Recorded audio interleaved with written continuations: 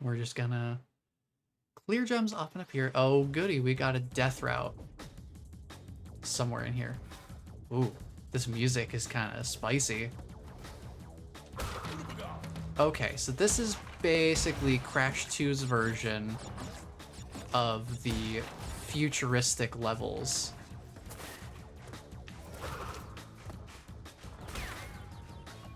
Where we have this, like, factory setting.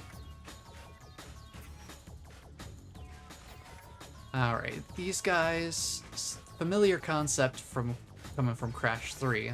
We gotta watch out for the orange. So since these guys have orange all over the top of them, we can only defeat them with a slide.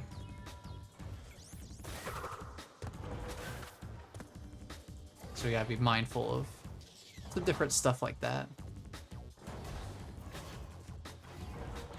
I'm going to be a kindergarten teacher instead of my second grade long-term sub position I had last year. Ah, I see. Substantial jump in income, and I'm so excited to be teaching the little ones. Well, that sounds like a great fit for you. Absolutely. I hope that goes so well for you. Boink.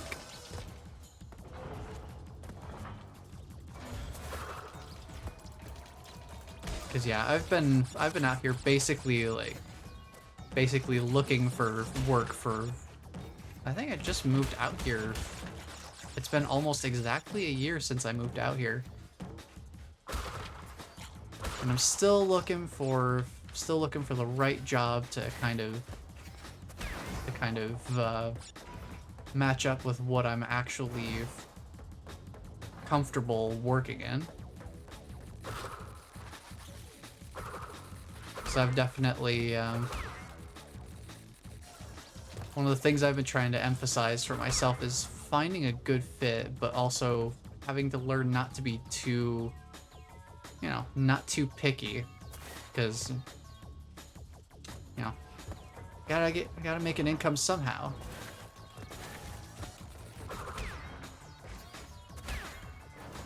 So I can't really be too picky choosy on what I actually work, because obviously, you know, something like academic housekeeping, doing janitorial work is not something that a lot of people would necessarily go out of their way to seek as employment. But I think I would do well enough with it to have given it a shot. Good news is if I do get selected for that position, it sounds like they have a really good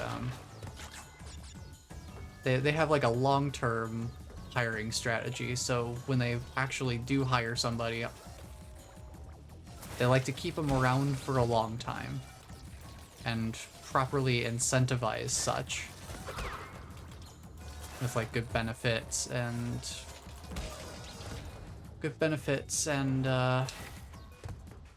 sick leave, paid, like the sick leave and the vacation time and all that sort of stuff.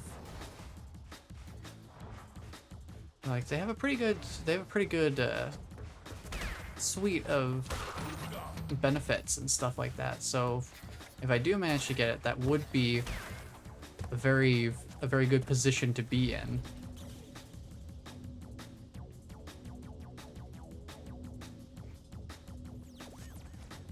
So yeah, hopefully I will be among the ranks of the employed once again sometime in the near future.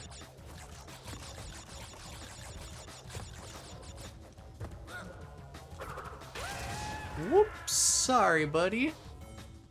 I guess that shield wasn't enough to stop yourself from getting a little bit of a nitro crate encounter.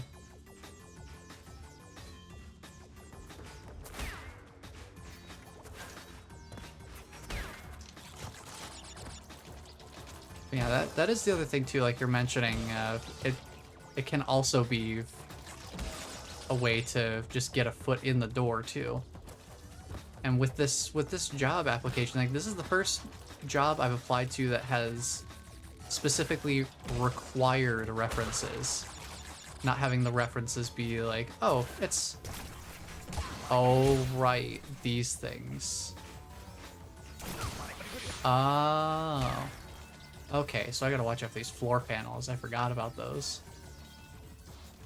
Worked maintenance while I was in university and thoroughly enjoyed it. And I feel like it would work well for the type of personality that I have. I'm definitely about, you know, orderly cleanliness, and, you know, following steps in a certain order because they say they have like a routine and whatnot. Oh, do I have to double? Oh, I have to double back to the death route after getting the other crates. That's gonna be fun.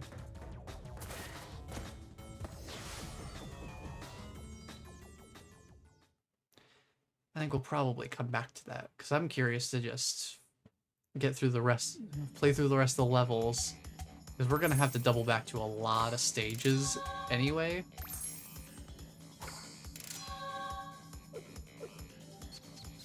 And let him do his funky little dance.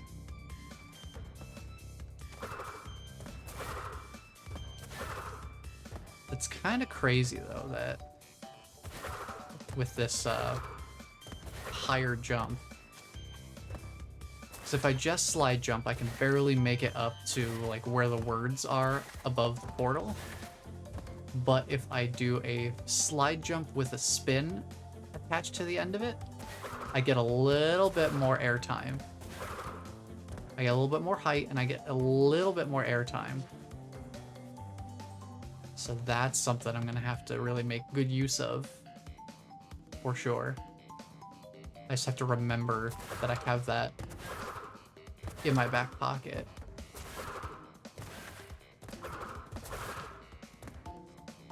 All right, rocket. Gosh, I wonder what could possibly be the theming for this level. It's called Rocket, and it's talking about inverting flight controls. This is a particularly iconic part of this game, I think. The jetpack stages. So we've got left, right, up, and down. So our movement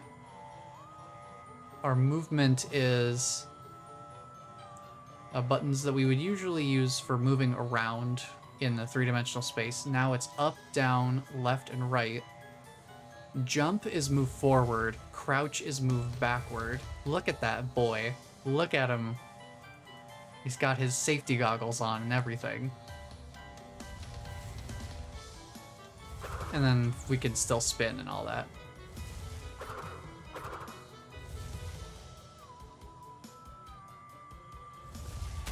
We can also just drop onto crates and probably pick them up from below as well.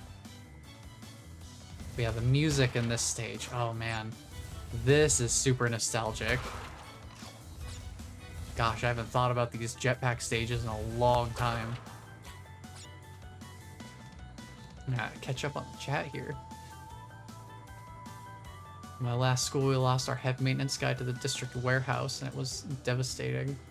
Really impacted the school when he left. All those personality traits you mentioned were exactly the qualities he had. His replacement was awful. Yeah, it definitely... certain people are made for certain types of positions much more so than others.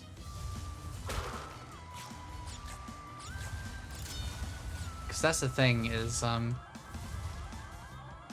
being in something like maintenance, you generally want to have people who are, you know, able to follow rules and procedures pretty closely.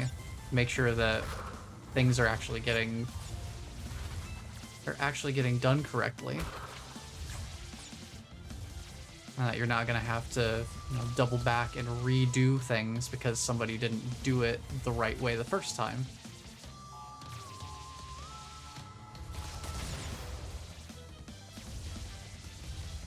So like getting somebody properly trained is one thing, but also just having somebody who's gonna follow that training is also very much important.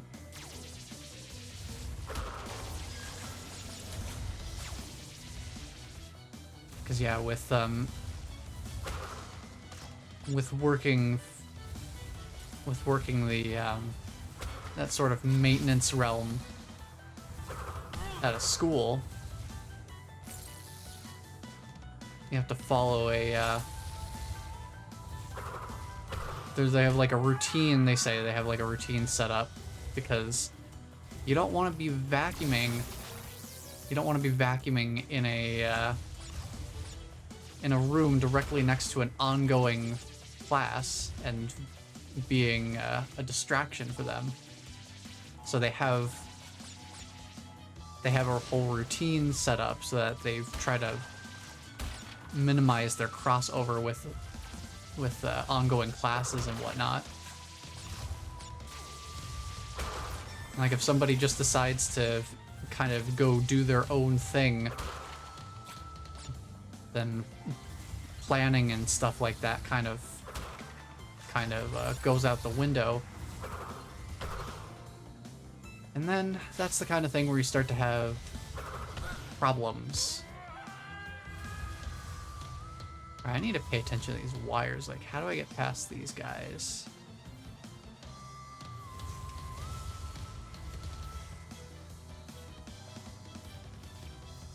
Okay, I just have to pick my moment to go over or under. It's a bit of a tricky one. Yeah, the jetpack stage is kind of a unique movement. It's definitely difficult trying to get used to moving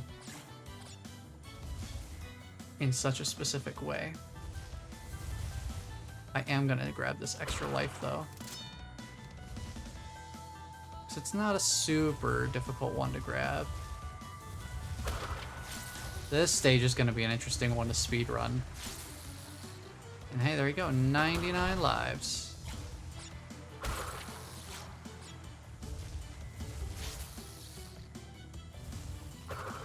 Oops.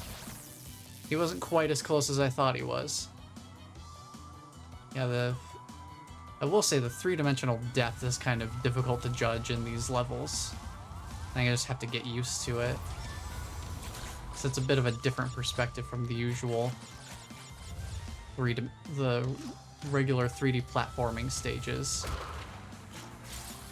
So that other box should blow up when I get the nitro detonation crate. So I'm not going to worry about grabbing it. Alright. Yeah, going through this level quickly for the time trial is going to be an interesting experience. So we are going to have to do that at some point.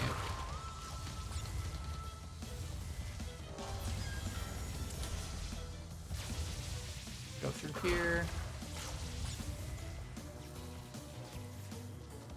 There's a power crystal. The only thing that's kind of tough with these wires is being able to see where they are.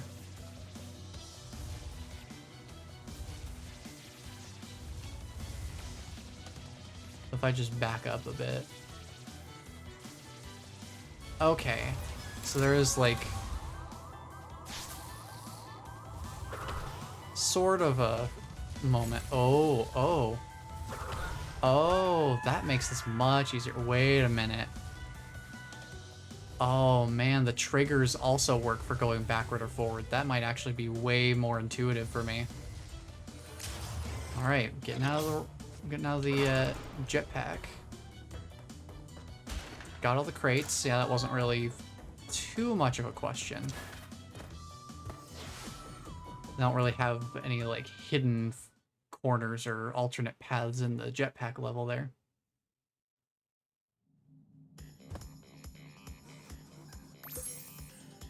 Like so much fun with the rocket on Tears of the Kingdom. I do need to go back to Tears of the Kingdom sometime. The last place I stopped off at was basically just getting all of the depths charted out. I think I'm only missing... I'm assuming I'm only missing like 3 light routes at this point.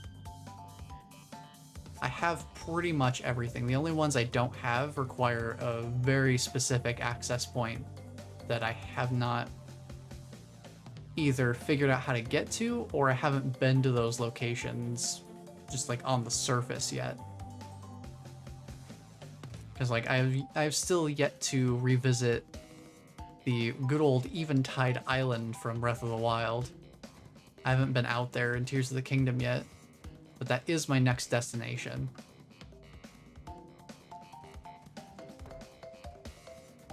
But yeah, once I went through the full story, my next order of business was just, okay, I haven't been in the depths very much.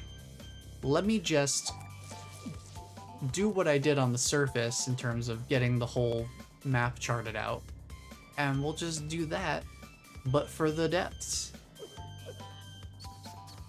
So I spent a lot more time in the depths,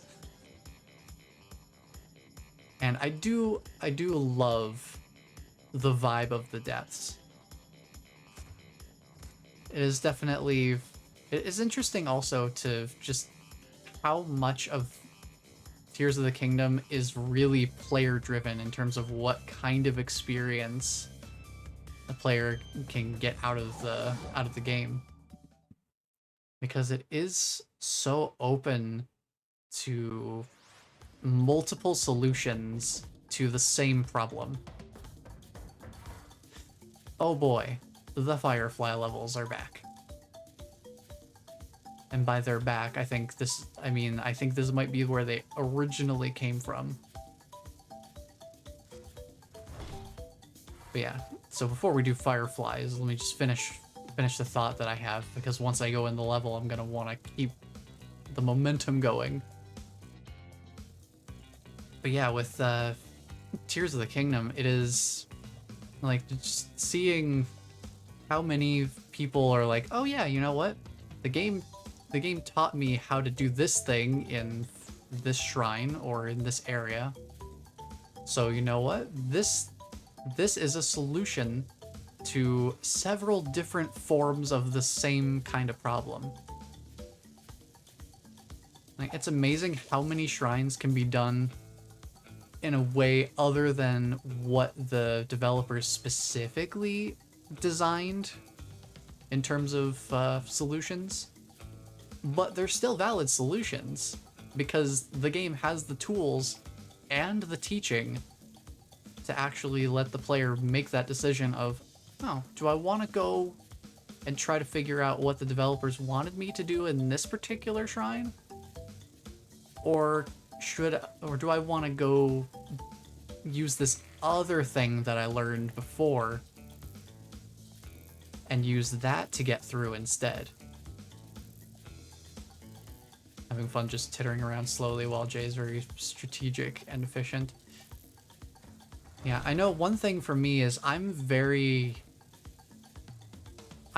hoard items a lot. I don't think I've ever used a deployable, like a portable Zonai device ever. So basically, I'm just like, I'm patient. I will use renewable resources whenever possible, just because I don't want to have to worry about restocking on depleting resources. Things that are consumable, I'm just like, yeah, if there's a non-consumable version of it, it might be slower and less efficient, but I'd rather have the convenience items in a bit of a pinch, rather than, oh, well, I don't have the convenient items, so now I'm forced into the slow and steady route that I didn't necessarily sign up for at that time.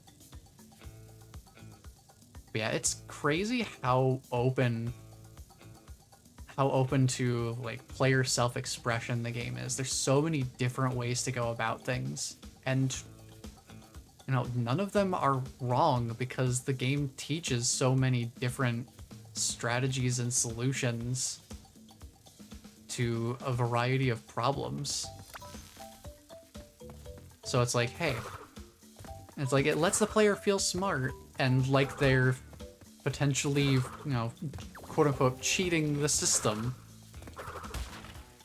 even when the game specifically gave them the tools necessary to cheat the game's own systems, so to speak.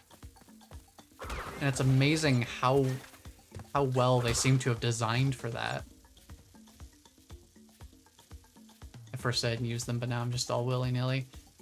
That's the other thing too, is now that I've done so many different things in the game,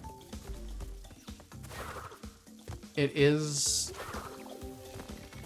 feels a lot easier for me to justify going through and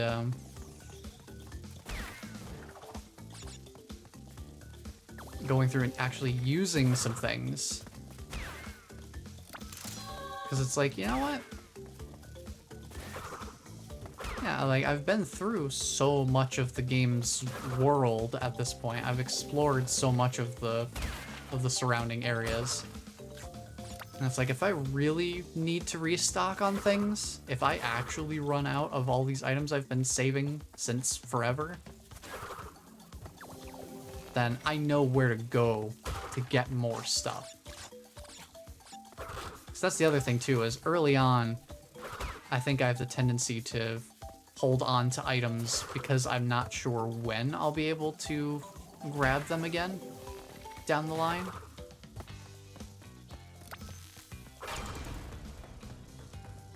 Yeah, we would have to double back on the pathway. I wonder how we'll get all crates on that level. I think the death route just had like one crate toward the end, maybe? That one we'll have to double back. Oh well. I am just now realizing we didn't actually get the power crystal, so that's on the other path. So we need to go back anyway. So let's do our scouting now, I guess.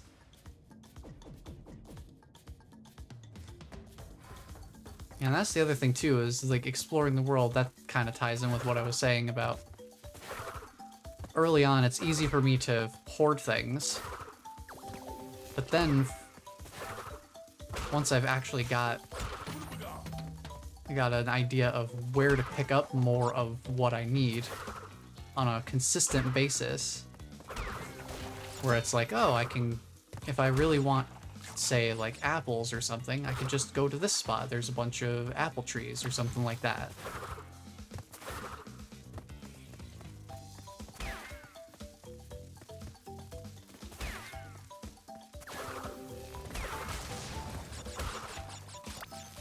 And it is very interesting to have those ideas.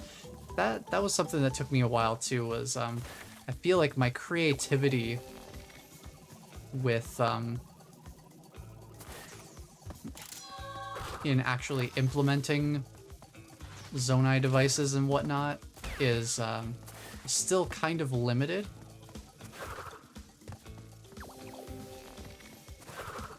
But the game has done an excellent job of teaching some different ideas, where it's like, hey, here's an object or world interaction you might not have thought of before, but here, we're gonna give you a little demonstration of what you can do to solve this kind of problem. And then in the future, whenever a situation like that comes up, you then have that knowledge to pull from, which is very cool. I can't see a darn thing. I can't see at all. I think it's just nitro crates in there. I still can't see. I know, the firefly. The one that I picked up before getting over here. I don't have it now. Well, I can just barely see, I think. I hope. Well, I have no idea. I have no idea where anything is. Yeah, there's a pit there. I couldn't see it until I was too close to do anything about it. Okay, we got the bonus area as a nice little checkpoint. That is nice that the bonus areas are like a checkpoint. Now we can use this firefly. I accidentally grabbed this before I went into the bonus area, so that was unfortunate. Oops. Oopsie doodle.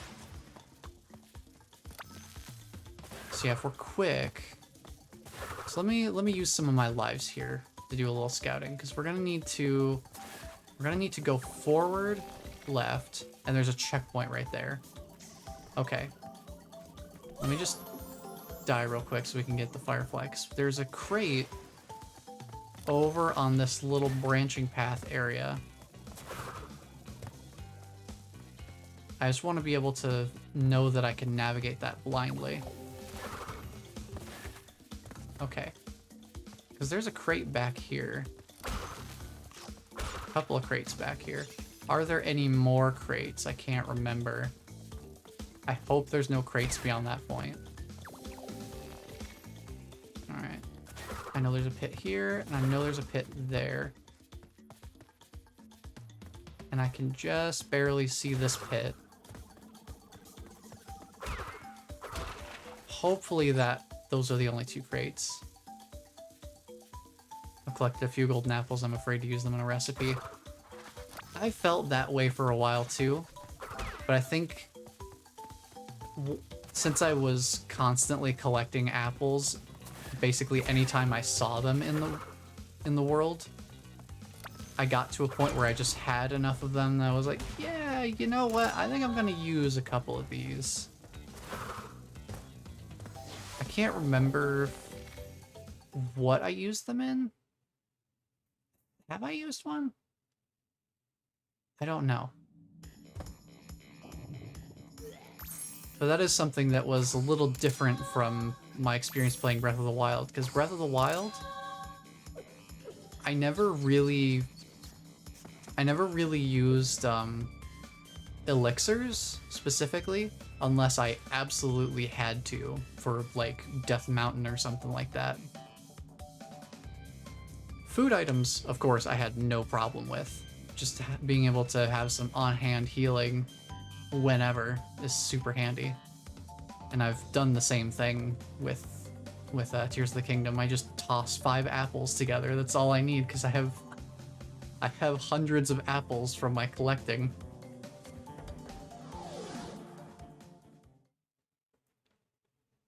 Oh, flight controls, huh? Another rocket stage so soon.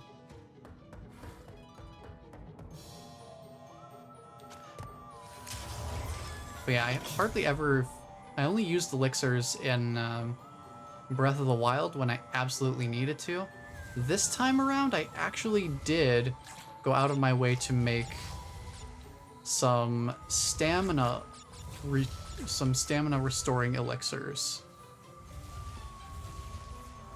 Especially when I was going around and grabbing all of the towers for the first time, the launch towers. Because I just found it much easier to get where I wanted to go by gliding from them if I could, you know, just top off my stamina whenever I needed to get some extra distance.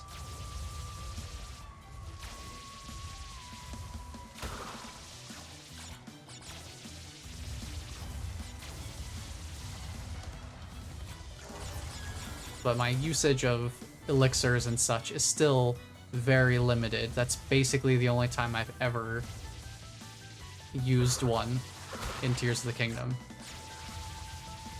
But it is a notable difference from my time with Breath of the Wild, where I basically just only used healing items. I never really was like, oh yeah, let me craft some speed up or defense up elixirs and things like that. And maybe in some ways I'm making the game harder for myself as a result, but that's the beauty of a game as open-ended as Breath of the Wild or Tears of the Kingdom. Is that the tools are all there. The tools are all there, and the player can decide which tools they do or don't want to opt into.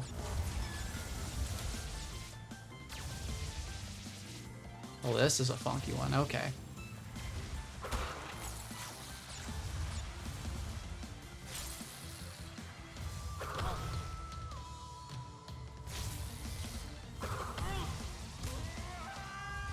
So yeah, there are definitely some things that I could have a lot easier time with in Tears of the Kingdom if I was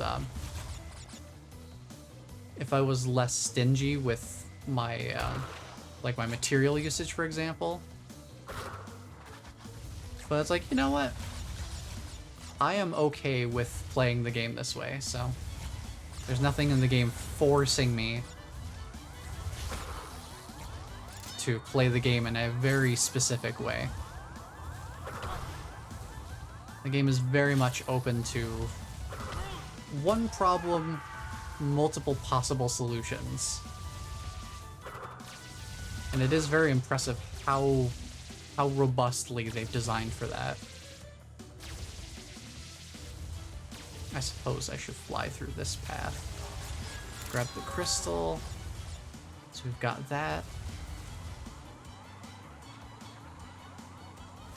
First time I saw someone riding a motorcycle in the depths. Yeah, that's the other thing too, is like only when I started like mapping some of the more difficult to traverse areas of the depths did I ever actually use any sort of vehicles. For the most part, my time in the depths was on foot, and it was kind of fun in a way, because definitely the first few times going into the depths, it's a tense experience. And like, thankfully I had been stocking up on the bright bloom seeds, and I basically, whenever I see something forageable, I just go out of my way to grab it. Doesn't really matter what else I'm doing at the time. It's like, hey, look, an item I can pick up and potentially use later. I'd rather take the extra time to go stock up and not have to, you know, hunt things down manually later. So I guess I kind of do like incidental foraging while I'm doing other things. It's kind of the way that I play it.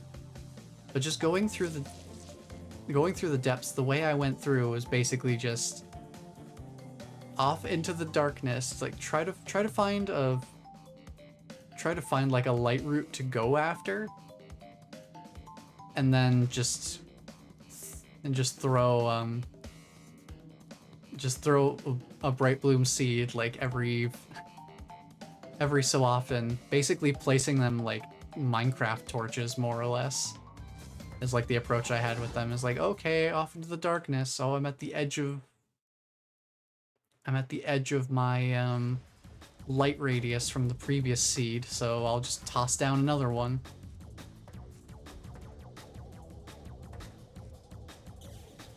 And I would just keep doing that for my entire visit into the depths.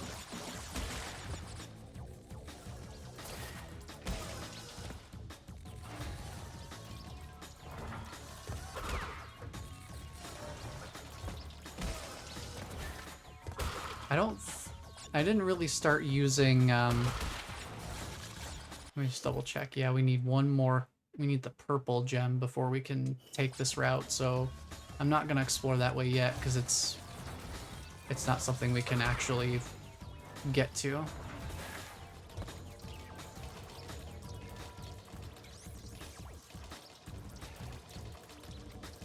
I want to get up on that platform and see what's up here. No, I guess that's just extra fruit. Kind of interesting. Yeah, there's nothing up there.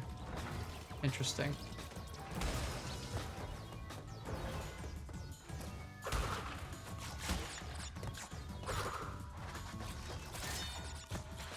Back up to 99 lives.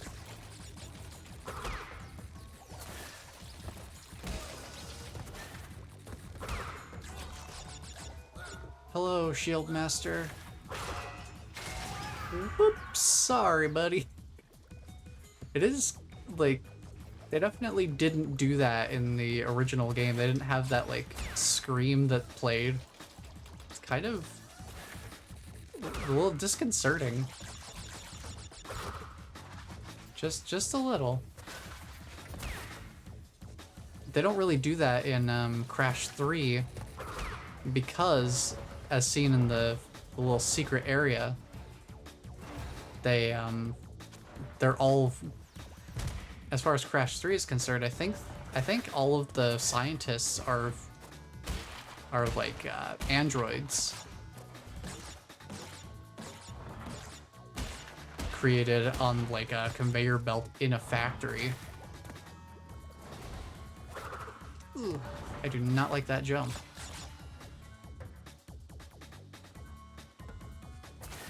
Well, this is gonna be fun. I need to get up here and slam a jam. I wasted so many arrows attaching bright bloom seeds to my arrows. Jay finally told me I could just throw them. And that's the thing too, is like,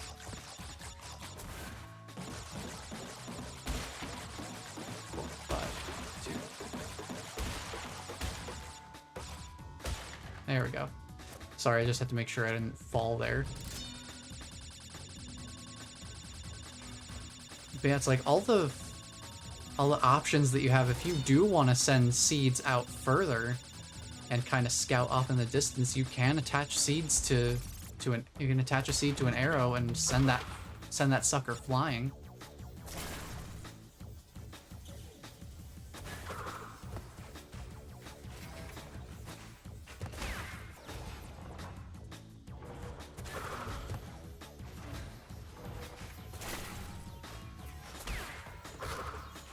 But yeah, in terms of just like running around, you just like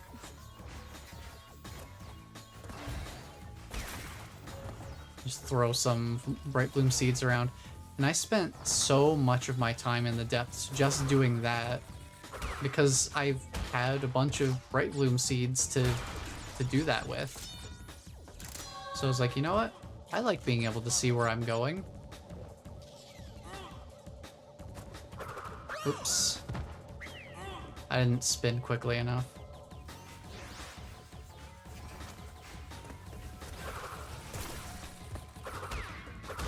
For that to actually take me across. Just me being impatient, I guess. But I guess that's the other thing too, is yeah, you can just throw the bright bloom seeds, but I wouldn't necessarily say that you wasted the arrows, because you were still getting the utility you wanted out of the items you had at your disposal. Just because it's not the most efficient way to go about things doesn't mean that it's not equally valid. As long as it's a solution to the problem, then it works, right?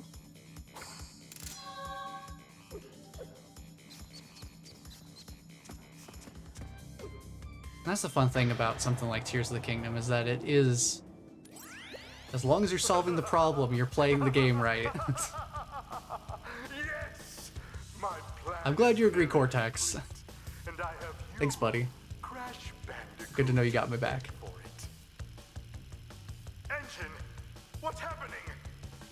What's that? Is she stealing our signal? Crash, Cortex isn't gonna use the crystals to contain the planet's energy. He's gonna harness the force and use it to power the super Cortex vortex he's built on his space station. One blast and the ray will cover the entire world, turning everyone into Cortex's mindless slaves. Crash, don't let him have those crystals! Crash, don't let us Engine, become you sheeple. fool! She's telling him everything. Yes, we're back now. Pardon the interruption. Crash, bring me crystals. Oh, I'm gonna bring crystals, but I'm also gonna bring also gonna bring a can of kick butt, and I'm gonna open that can of kick butt all up on you. Damage his jetpack to keep him from escaping. Okay. So, I hope you like the jetpack levels, because the final boss is a jetpack level. Defeat Cortex before he escapes to his space station.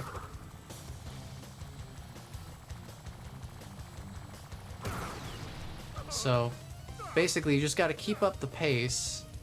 Try to avoid the stuff in the way. And when you get close enough to him, you can spin his jetpack to deal some damage.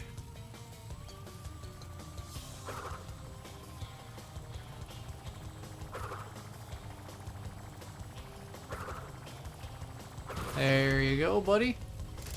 That's the fight. And we do get speed shoes in the Trilogy version of this game. This is what we need for the time trials. There he goes. You haven't seen the last of me, Crash Bandicoot. I know we haven't. Crash 3 exists. And Crash Bandicoot Wrath of Cortex, and Crash of the Titans. What happened to Cortex? And what about the Cortex Vortex? It's still up there.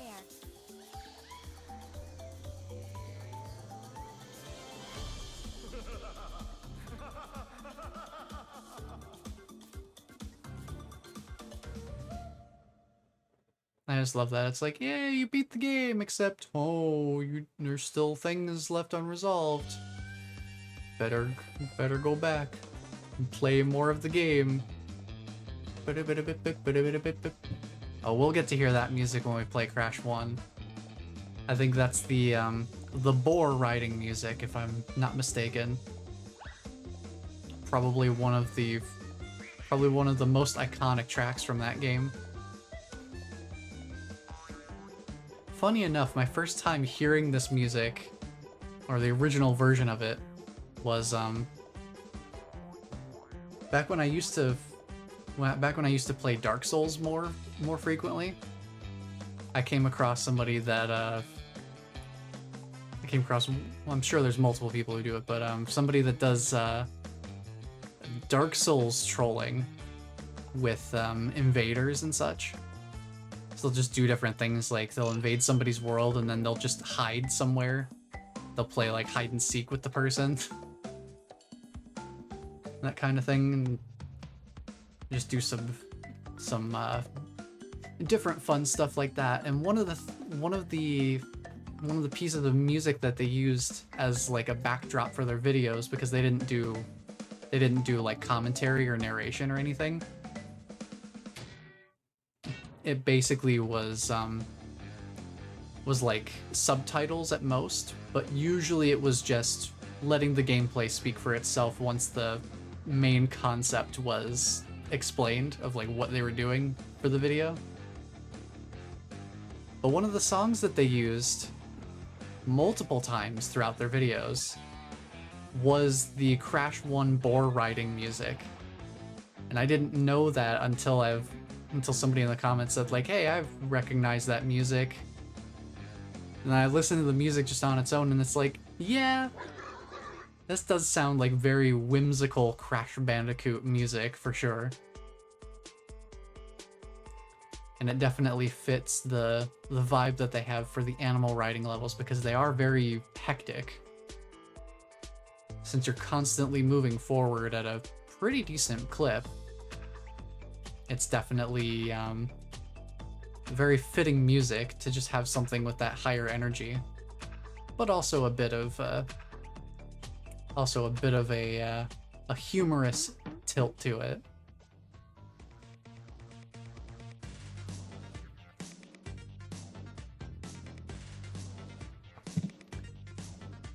Make sure I got my water over here.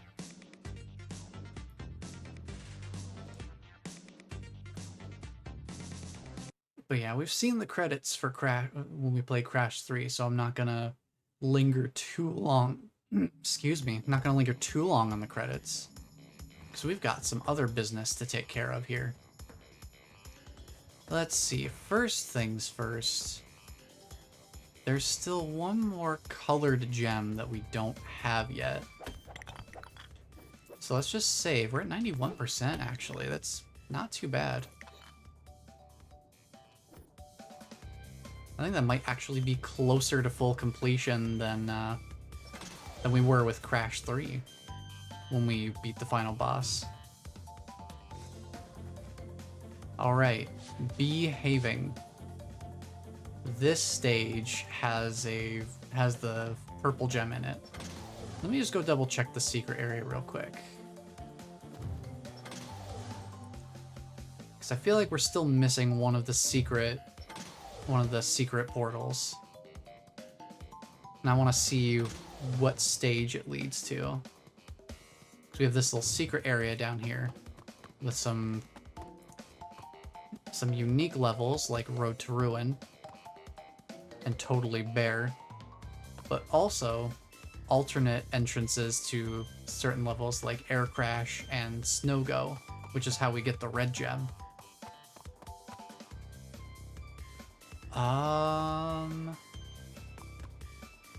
So Road to Ruin is the only one that has a secret entrance that we haven't discovered yet. So we'll keep that in mind. Road to Ruin, we don't have that one yet. But that means we should be able to go to the stage with the purple gem in it and just try to find it. So let's head back up.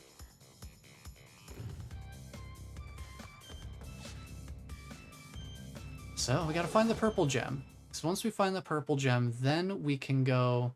Oh, a special gem lies behind a clever deception. Right. Yeah, I never found that. Okay, so a clever deception, huh? We also have our running shoes back.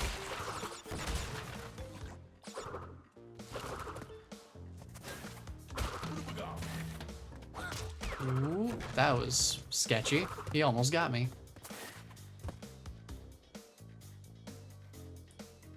Yeah, good to have the running shoes back again. That'll also help with platforming, honestly. So we can just get through stages a little quicker, and also...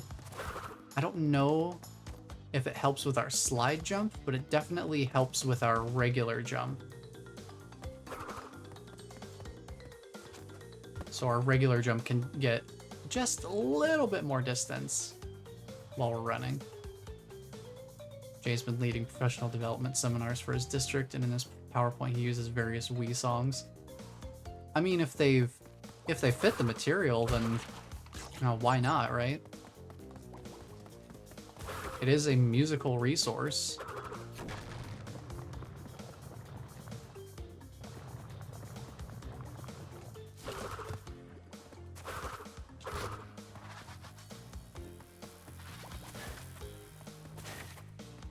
I'm not gonna worry about that extra life. Now, what is this clever deception that they're referring to, I wonder?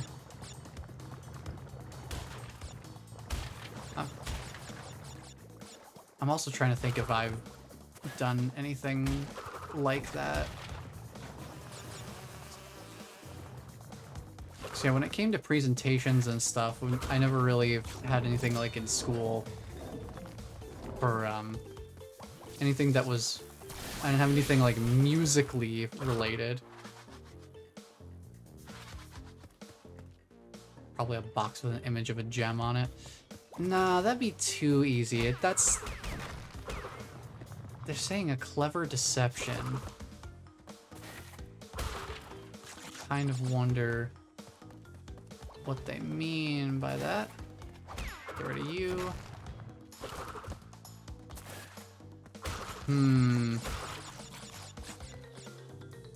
This seems suspicious. If I had a mask, I would just probably take out the nitro and see what this was about.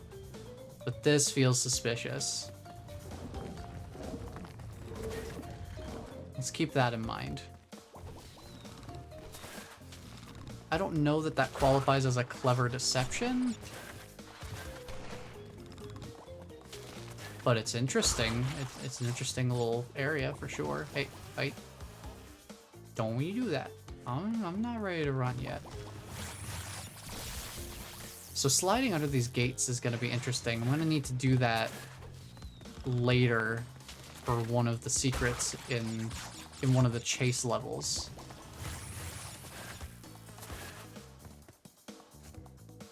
Okay, we have our secrets, or our bonus stage here, which is a bunch of nitro crates.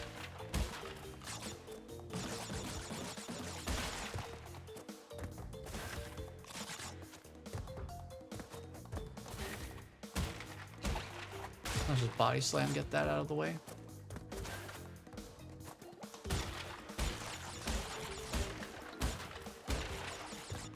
Yeah, lots of nitro crates here. Where is this gem at?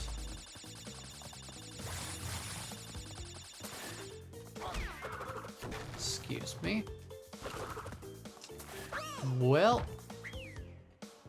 my man just did not jump. My man decided he did not have... Not only did he not have mad hops, he just didn't have hops at all. I think it's because of the delay. I have to wait for the animation of actually coming out from being from like digging in the ground. There's a little bit of time where I have to wait for the animation to fully play out.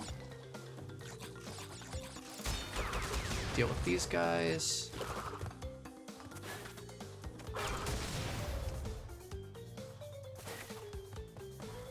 So now, wouldn't it be crazy? Wouldn't it be crazy if we now had to go all the way back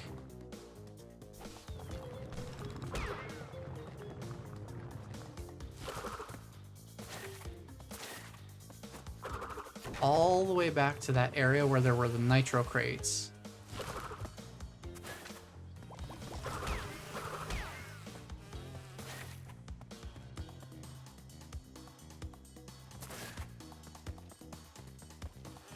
Wouldn't it be crazy if I had to go all the way back? I have no idea if that's where we need to go.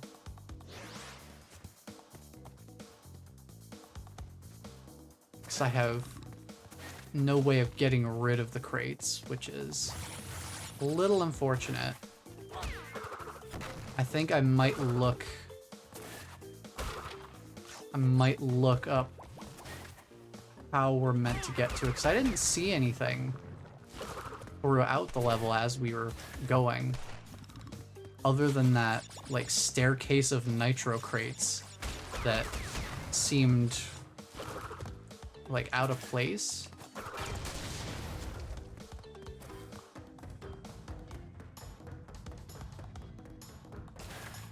Though the term clever deception is also kind of vague terminology. Because that doesn't really describe in specifics anything in particular. Because yeah, that does seem like the only thing that really stood out to me. It's just like, oh yeah, there's a staircase of nitro crates on top of some, you know, steel crates. So I'm not sure. I guess since Twitch is gonna run an ad in the near future here, while I'm checking where this gem is, I'll probably just let a quick ad run so that we can have some more uninterrupted playtime. So I will do that. I'll figure out where this gem is, and then we will be right back. It's research time.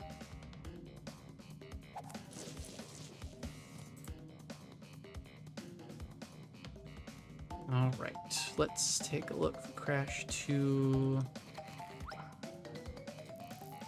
Purple gem, where are you at?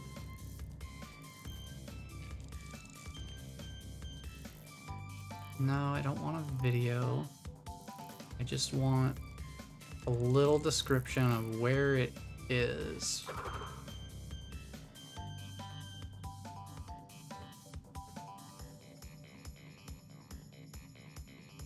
Oh, a clever deception indeed. I see. Hello, everyone.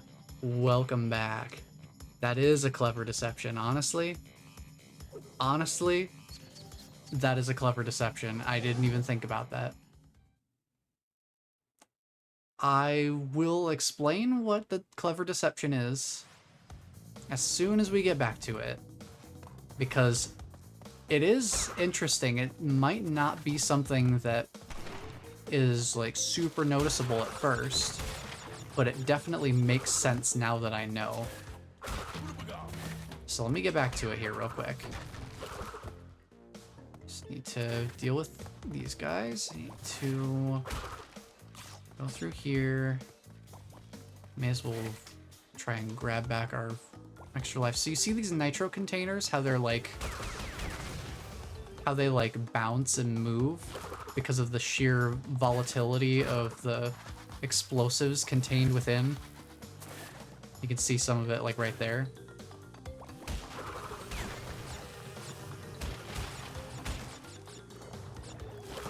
When we get back to that nitro staircase, we'll have to take a closer look when we get back there.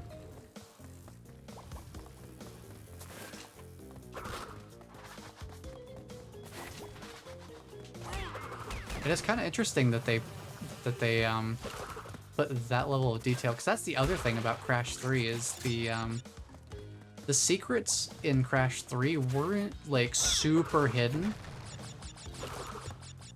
Because like, look at this. They glow like nitro crates. But I never even stopped to think that they don't move at all. They don't bounce, they don't wiggle, they don't do anything. So these are actually fake nitro crates. And that leads to this area.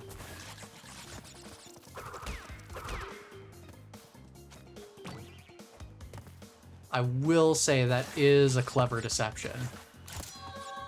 Very, very clever deception.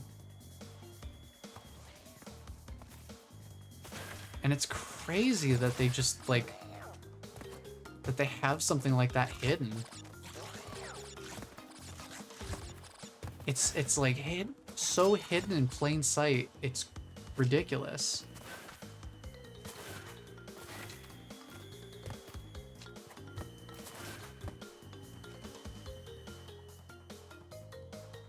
But it's so cool that they actually like do that though. I was not sure how to get through there safely. Give me that mask, I need it.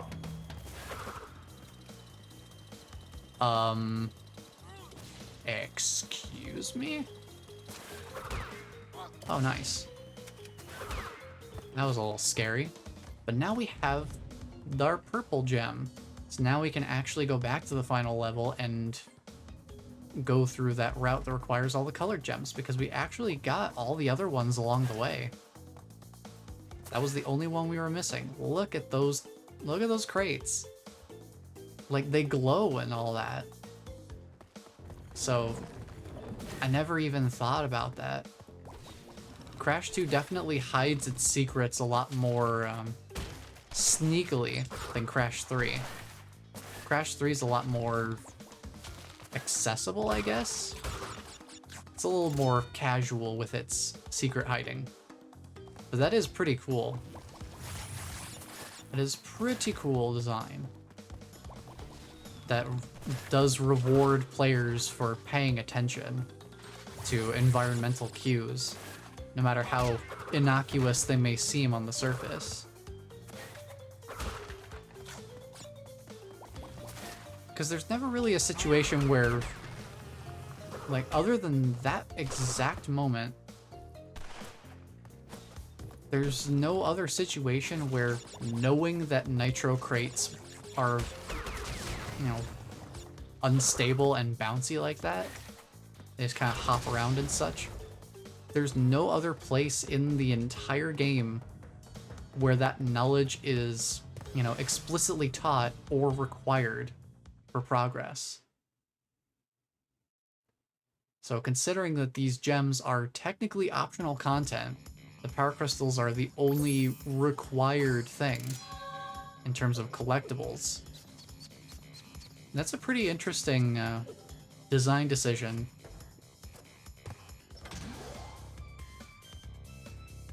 And definitely a cool one. I think the location secrets are also interesting, where it's like, I wonder if I could get out to that platform. And it's totally possible to, you know, there was one of those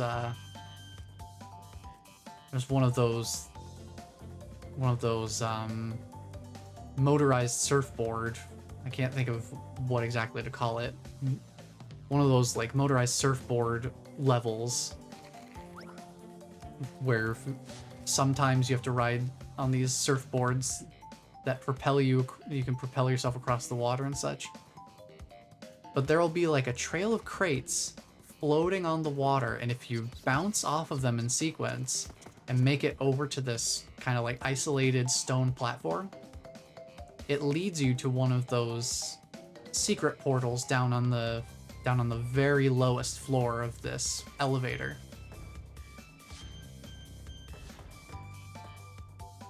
And it's like, wow.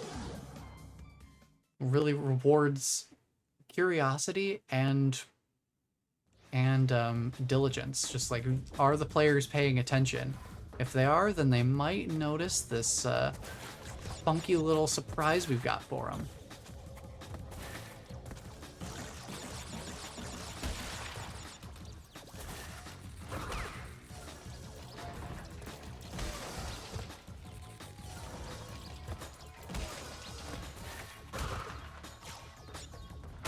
But now it's time for us to see what's on the...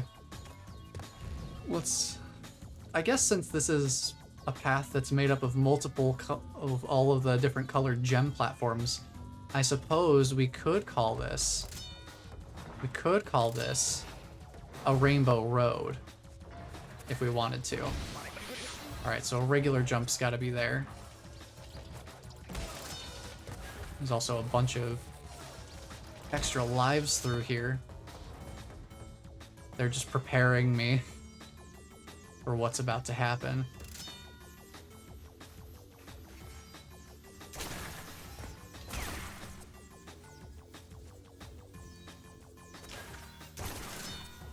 But it is kind of cool when developers design things like that that reward players for paying attention to the environment and to different little touches like that.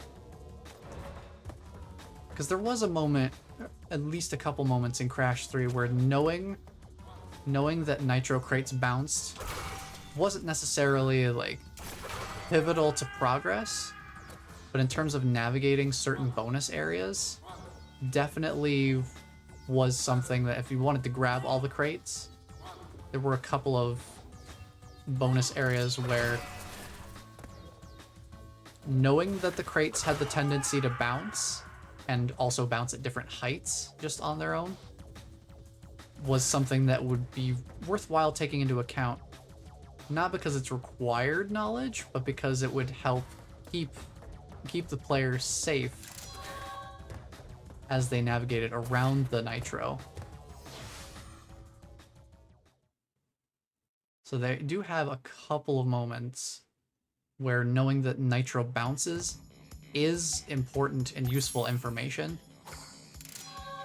if you're going for the optional collectibles. Otherwise, you can just feel free to ignore them. But they do incentivize just having that little bit of extra, like, are you paying attention kind of thing.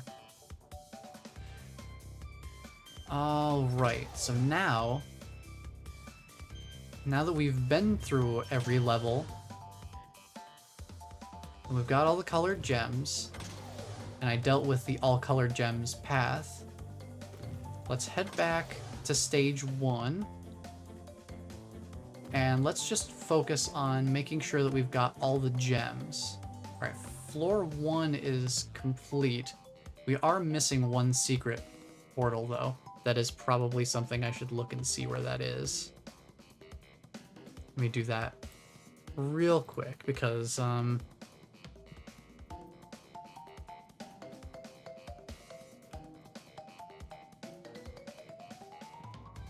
that is something...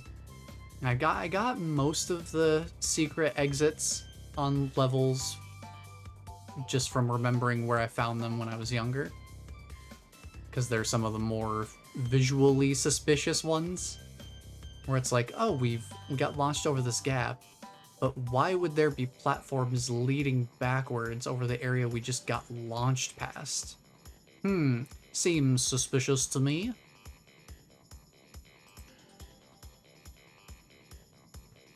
I did have to look for one of them.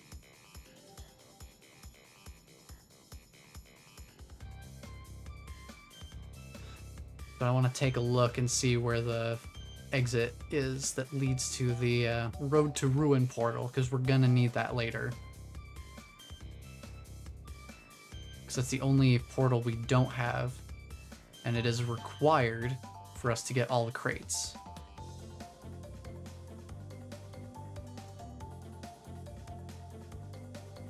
So the secret entrance, I'm not gonna spoil for myself what the secret exit is in the stage.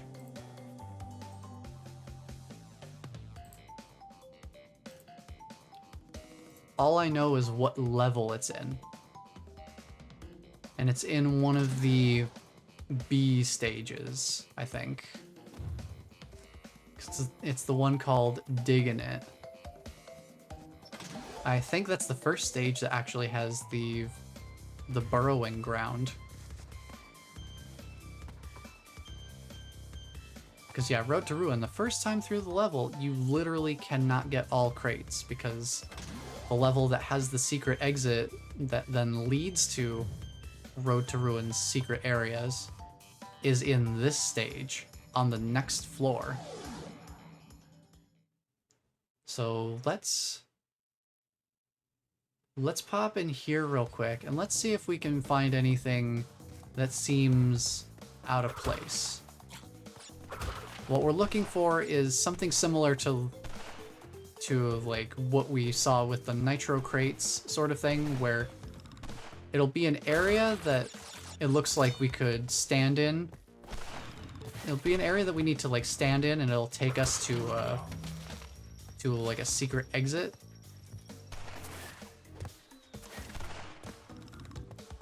But it will likely be something visually distinct.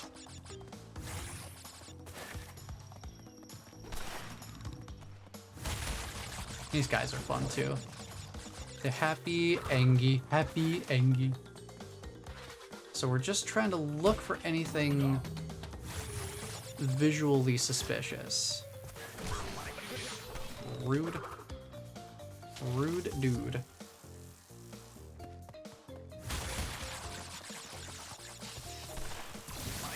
Ah, I forgot that was a timed gate. Trying to look for like an isolated platform or anything like that that seems...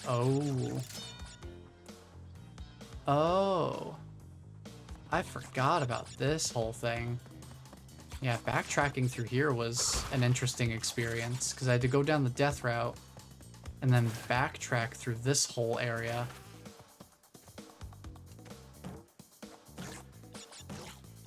Okay, there's nothing up there. So I wonder if what we're looking for is going to be on the regular route or on the death route. I guess we'll check the regular route first. We can deal with one bee at a time, but the later stages that have like five bees come after us in a swarm, that's a lot harder to deal with. Let me just deal with these guys.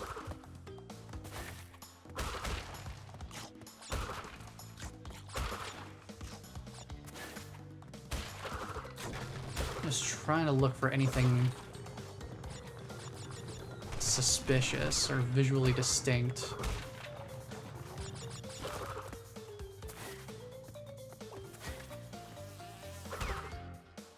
This kind of is, but not enough so, apparently. Nothing there. Alright, well, I guess we'll keep looking. Oh, I think I know. Okay, I do know. We need to do this carefully. But you can actually body slam these guys from the very center. Try not to be too far off to the edge or you'll get hit by their thorns. But that's the secret exit.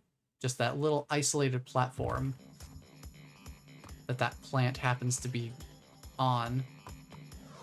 That will let us go in here. So now we've got the secret entrance to Road to Ruin.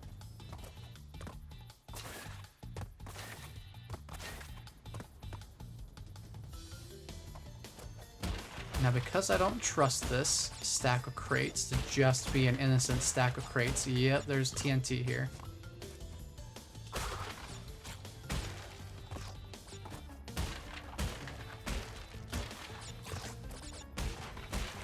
That does make sense. I'm just gonna check the other crates and see if there's anything. Nope, just the one TNT crate. That was one thing that was a little bit mean.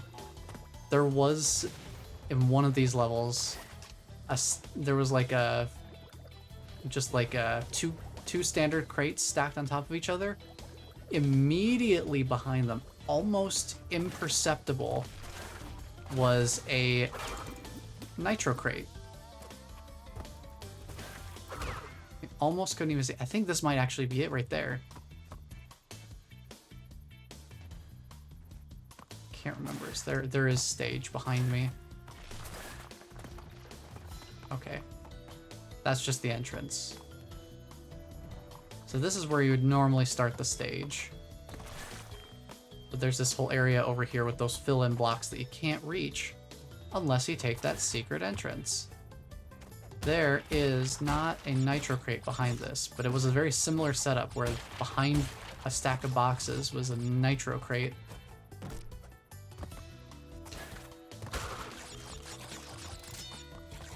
Just ready to take advantage of hasty, unattentive players.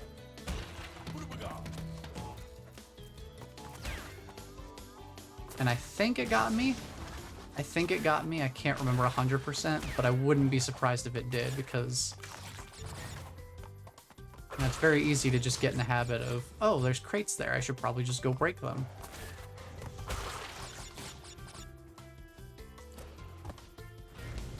But then it turns out, oops, maybe I should be more careful. Alright, we've got the log thrower. We could do that. Excuse me, sir. Can't remember if there are crates on the death route or not, so I need to double check. If there are, then cool. We're taking care of them. If not, then it'll be fine. We'll just head back around and grab the crates wherever they do happen to be. All right, no crates on the death route. Good to know. We are gonna have to backtrack a little though. This brings us further into the level. I'll say platforming backwards is kind of terrifying, because the camera is designed in such a way that you're Your focus is forward. So your ability to see the path behind you is often very restricted.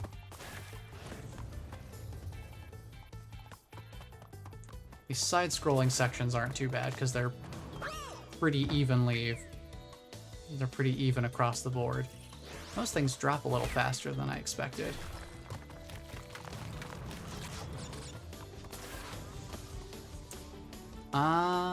Oh. Wait a minute. That's the Death Route platform there. So we don't need to go that way then. Wait. Do we? No, I think we might be good now. So this checkpoint box is just right after where you get on to the Death Route platform to begin with. Good to know. Alright, well, hopefully we've got everything up to this point. I guess we'll find out. Alright, bonus area.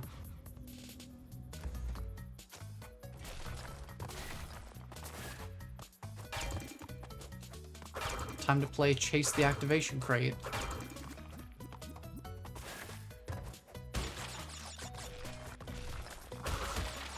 Nothing super crazy difficult about this one. It's mainly just a fun little gimmick. I'm just chasing around the activation block as it bounces back and forth across the platforms. And only 6 more crates, and this might just be them up ahead.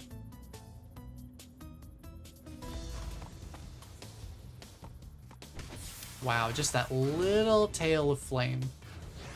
Just that little extra bit there. Monkey. I will spare the monkey. Excuse me. Yep, that's all the crates. We'll just jump around the monkey there. Alright, we got our gem for getting all the crates.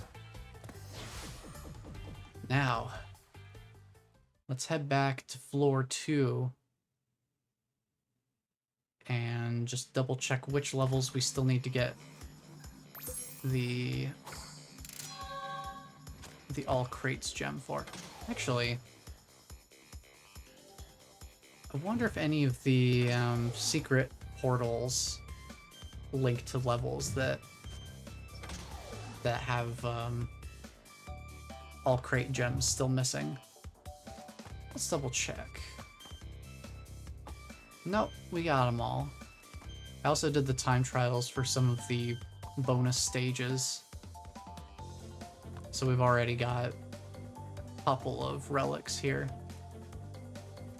But looks like we're all good to just look through the levels and tackle them from their normal entrances. So let's see.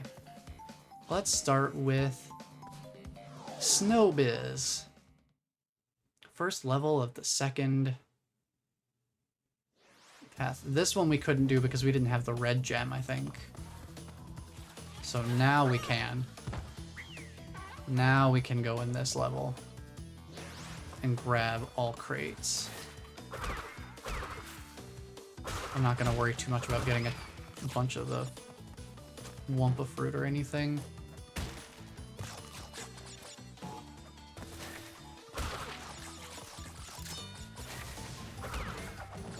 Wow.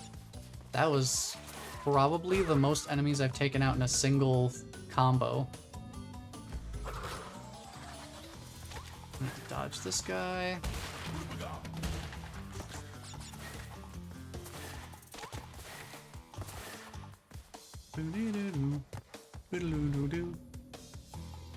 So we couldn't go up here before, but now we can.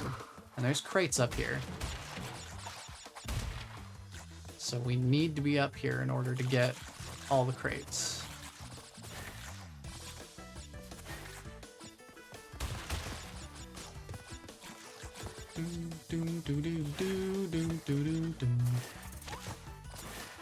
Woo.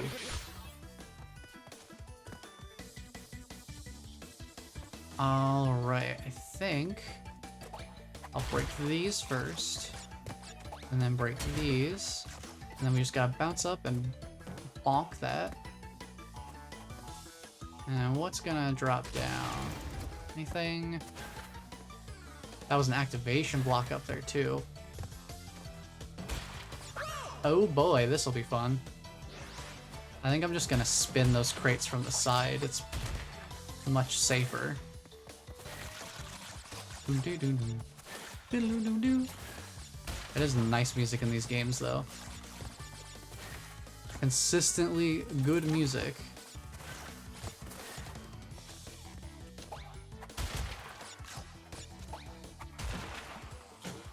Grab that.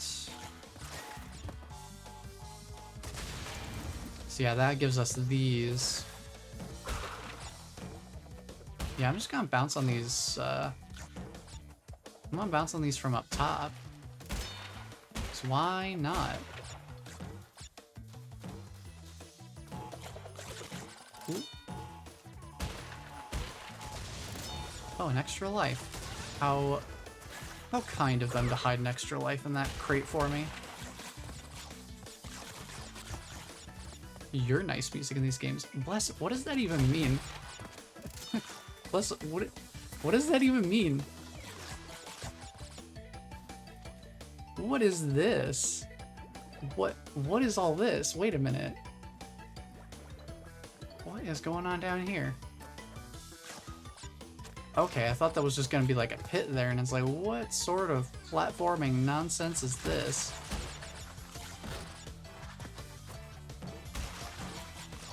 I was about to call some shenanigans going on in here.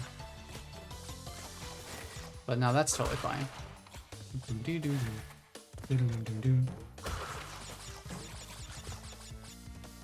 Very fun music.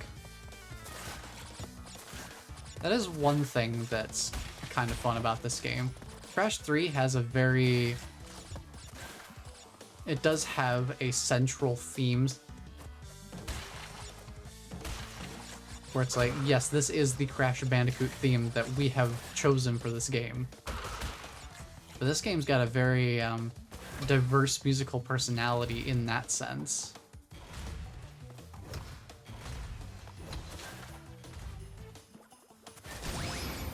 Like, Crash 3 still had unique music for each of its stages and all that, same as this game does. But the bonus areas were all like different variations of the central Crash Bandicoot theme song based on the aesthetic of the level. So like whether it was a medieval level or a futuristic one would change like the instrumentation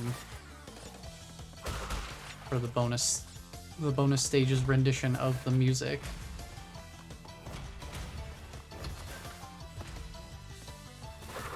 Wanted to do that. Oh, that's precise. That is devilishly precise.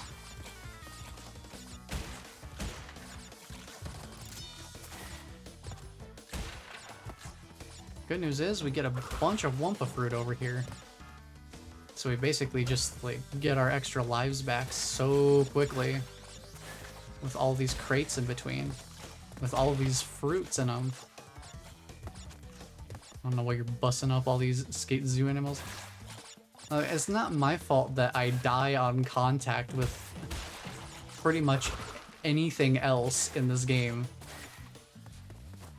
It's just truly unfortunate that Crash Bandicoot is so incredibly fragile as a living creature. Woo! I had to make sure I was not using the running shoes for that, so I could line up the jump correctly. Hey, buddy. I need you to go.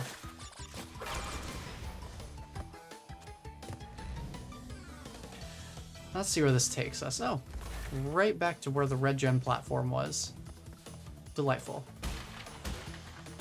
We don't have to do any sort of backtracking, which is nice. I just have to make sure that I grab all the other crates along the way.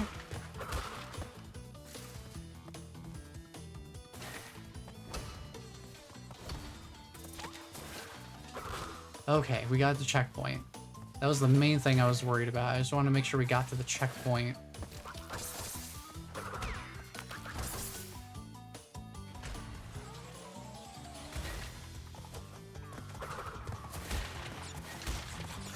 Couple of hidden crates up there. 125 crates in this level. Very densely packed. One of the more densely packed stages in terms of crate number. Ice physics. Sometimes they take a little adjustment.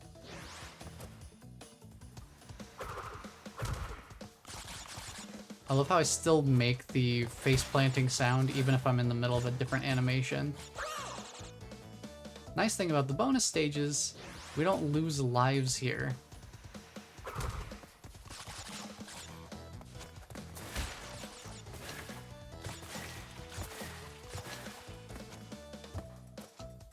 Alright, let me just do... Ooh, boy, that's a big firework. That one made me jump. That was right outside. But yeah, we're at that time of year where fireworks are going. Yeah, yesterday was the first day for people to be able to actually officially use fireworks or set off fireworks and all that. So people are definitely making use of the opportunity. Sometimes very close to the side of the house, and having an explosion sound come out of nowhere, understandably at least a little startling.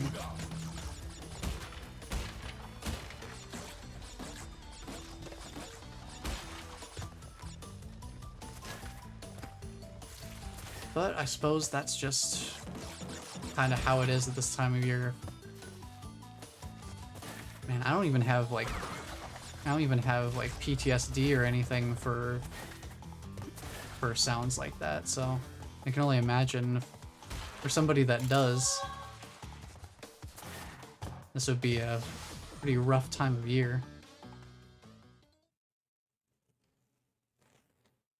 Especially with how like out of nowhere it can be sometimes.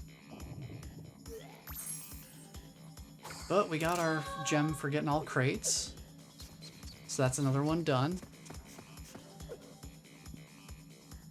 Just need to take off one of my layers here. It's starting to get very warm in the room.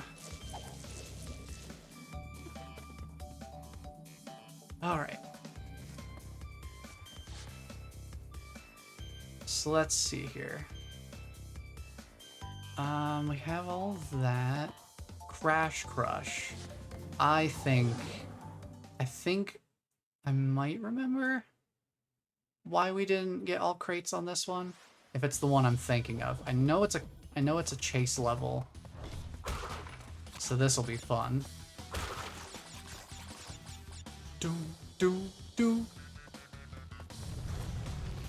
I might not remember what the deal is with this one. The running shoes do make this a lot safer though, because we can get a bunch of distance on the boulder, because the boulder still moves at the same speed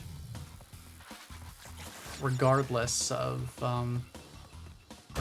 whether we have extra speed or not. Alright, this is the spot here. If anyone's familiar with the concept of coyote time in 3D platformer games, or just platformers in general, what we need to do here, and it might take me several tries to actually execute this, we need to slide under the electricity, and then while we're still sliding, there is a little bit of time after leaving the ledge there that we can still technically jump. So we need to basically slide off the ledge and then jump just as we're a little bit off of the ledge. Not necessarily the easiest thing to pull off, so I do not expect to get this. Because I did try this a couple times the last time we were at this section, and I figured, I'll come back to this later. But now is later. The later time is now, so... gotta make it happen. And of course, since there's no way for us to actually get back, because the electricity is directly at the ledge. Oh man, okay.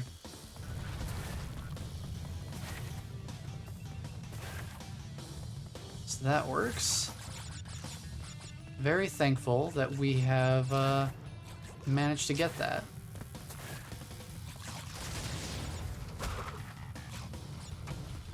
Alright, time for more running.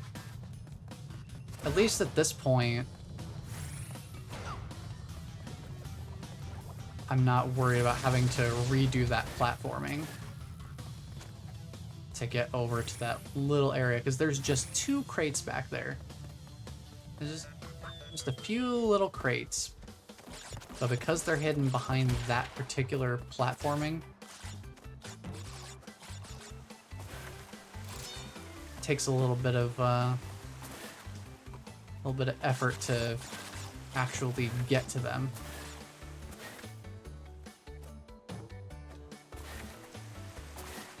Alright, grab these crates here. Man, this music is so happy. Da, da, da, da, da, da, da, da. Everything is happy, hunky-dory. Have a fun story with our friend Crash.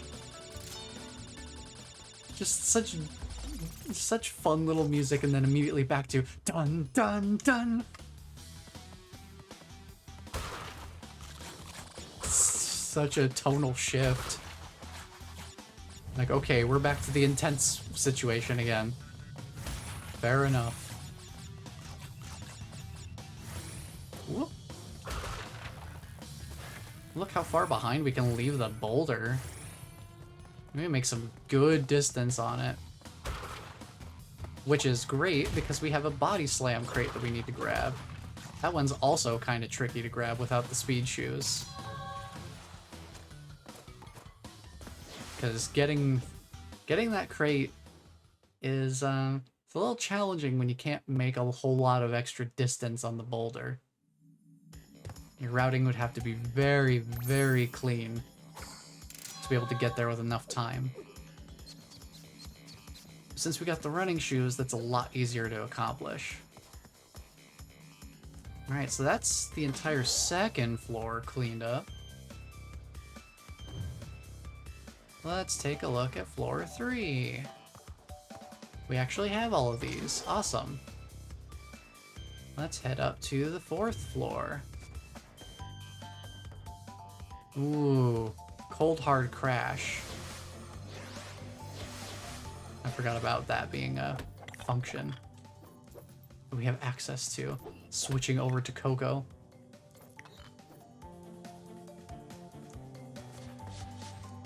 I just am used to holding right trigger to run now. Cold hard crash.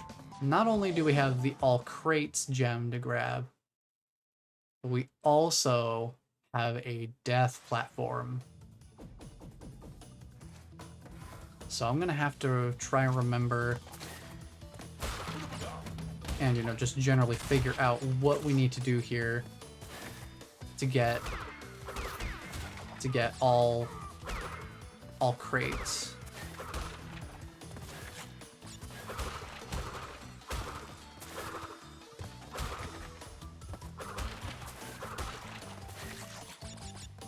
So I'll just keep my Wumpa fruit count at like 95. That way, if I need to grab an extra life later, I'm only 5 fruit away from actually getting one. I say, in case I need an extra life later. As if I don't have 99 lives at practically all times. Just because I'm very diligent about stocking up on them. I haven't even gone out of my way to, you know, like, grab them. It just so happens that I go out of my way to... I'm not, like, leaving fruit behind. I'm not leaving fruit behind as I'm breaking open the crates and such. This feels weird. I think my practice time with Crash 3 has also helped me to be a little more effective with my 3D platforming. So I'm not getting punished quite as hard by Crash 2's difficulty. Because no doubt, this game is not the easiest thing by any means. This game definitely has its moments of difficulty. Is that all the crates? Yeah, okay. Never do I ever have 99 lives. And again, that's definitely... The extra lives are there. The extra lives are there as a resource, too. Sometimes there are times where it's actually good to use the extra lives. I think one of the more common things would be like, oh, we need to like retry a section or something like that. So using extra lives for that can be helpful. I think maybe what the problem was for me last time here was that I had died before getting to this point. So I wasn't able to actually go on this route. So this... Oh, so this would be... This would be where we grab the gem. Because there'll be a gem at the end of the death route. So that's how it works. Oh, there are crates over here too, though, so... So yeah, we definitely need this. So there's an activation block somewhere that we'll need to backtrack to here to grab that extra crate. Hello, Toon. Welcome on in. Yeah. Turns out none of us here are 11 cats because I'm only one. I'm only one cat.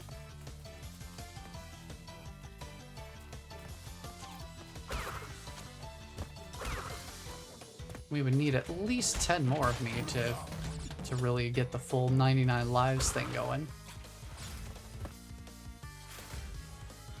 I was holding 6 kittens yesterday at one time, though. Serotonin overload? I bet. Kittens in general are just like... I might be a little biased saying this, but kittens in general are oftentimes serotonin overload. It doesn't even really take more than one.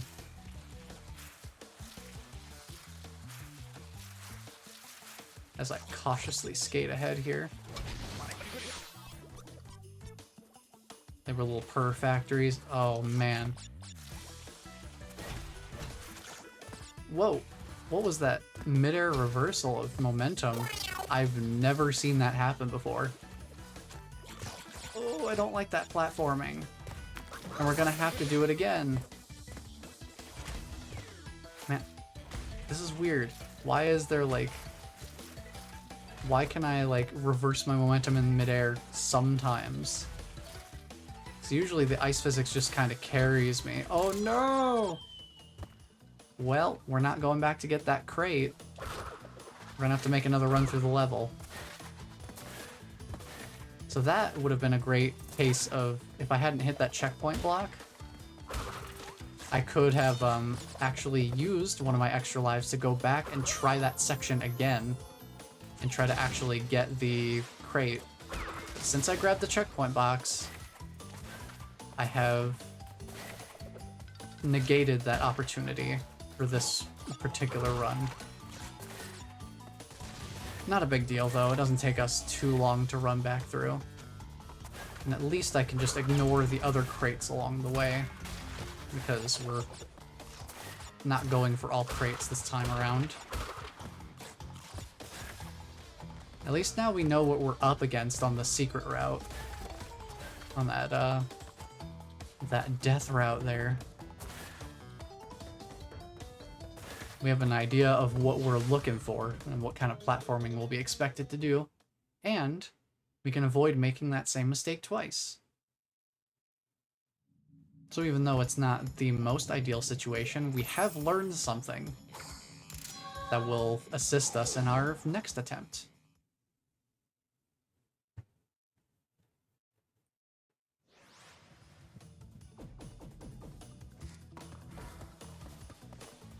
So let's go make it happen.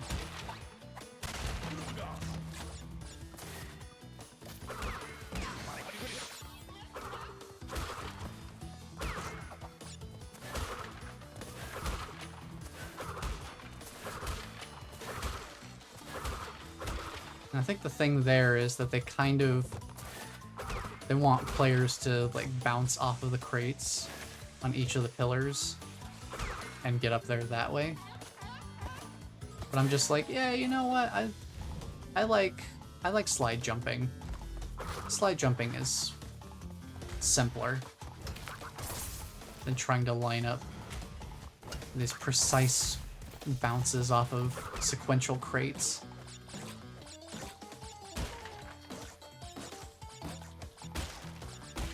And we'll just take those. Dive bomb into this area because it's funny.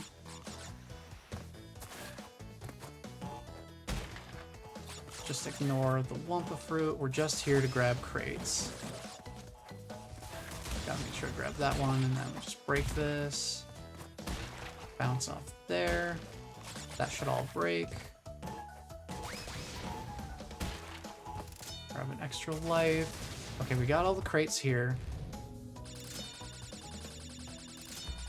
So we're making quick work of it.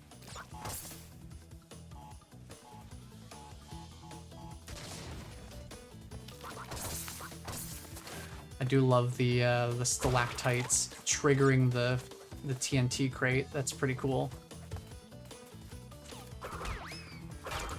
Need to activate that. Break these. Wait for you to do your spin. All right. So here is a death route. I don't know if there are crates down there. I think there wouldn't be, because there's crates on the death route, and the death route takes us out of the cave once it's over. So I wouldn't think that they would be able to put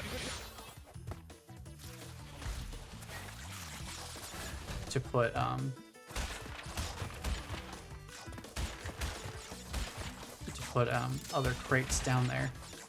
Okay, so we need to come back for that one block. There's one fill-in crate right there. You can see the silhouette right there. So we need to come back to this after we get all the way to the other end of this area, which is oof. Unfortunate. But thankfully, if we die on the death route, it doesn't stop us from going back onto the death route again. If we die before we get to the death route, that's a different story.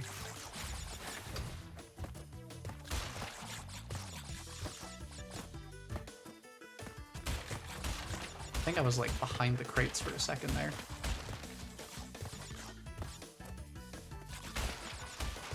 And again, there's so much fruit that we can pick up here that we basically just get our lives back. One thing I think I need to experiment with on these guys is whether I can take them out If there's any way I can take them out at all while they're all puffed up. So I don't know if that's possible. Let's take this area kind of slow.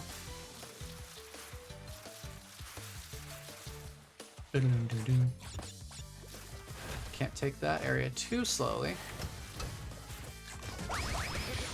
That platforming is tough right there with those nitro crates. I think this is probably going to be one of the tougher platforming segments in the game.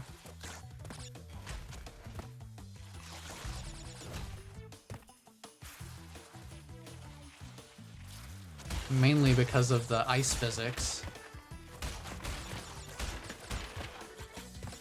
Because if we've got like these, like the standard platforming physics, then I don't really have too much of a problem getting around and being where I need to be. Ice physics really muddies the whole situation. Makes it a lot more complicated.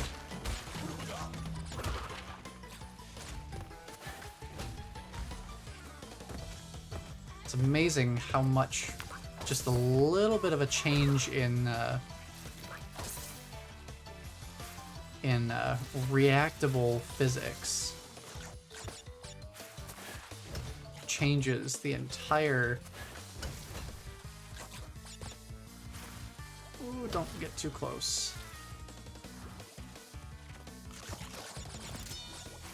See, I don't know, sometimes I'm able to like completely cancel my momentum and I'm not sure why I'm able to do that.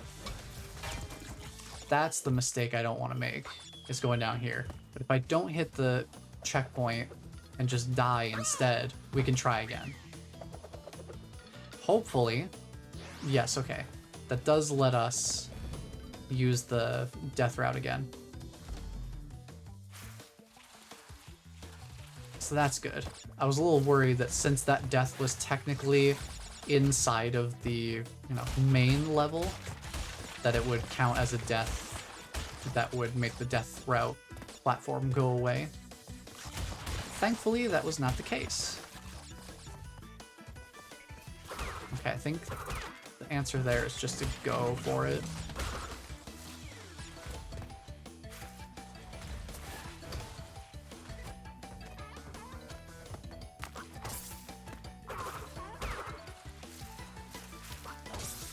Okay. Well, that was a waste. Unfortunate. That area is going to be interesting. I think I'm just going to need to figure out how to kind of push through in one movement. That was also a waste. Bit of a waste. Unfortunate. The other nice thing is we can take advantage of one of the sort of assist mechanics that this game has, where if you die on a certain checkpoint enough times, the game does start providing Aku Aku masks to help you maybe take some damage that you're having trouble avoiding.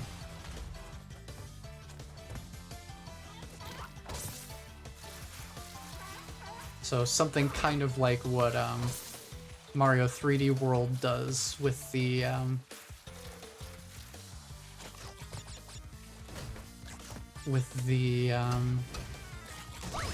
special Tanuki Leaf.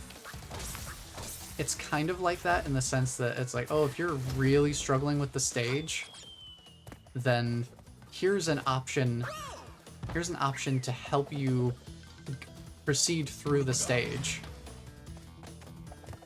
Not quite as strong as the this isn't quite as strong as, near total invincibility, obviously.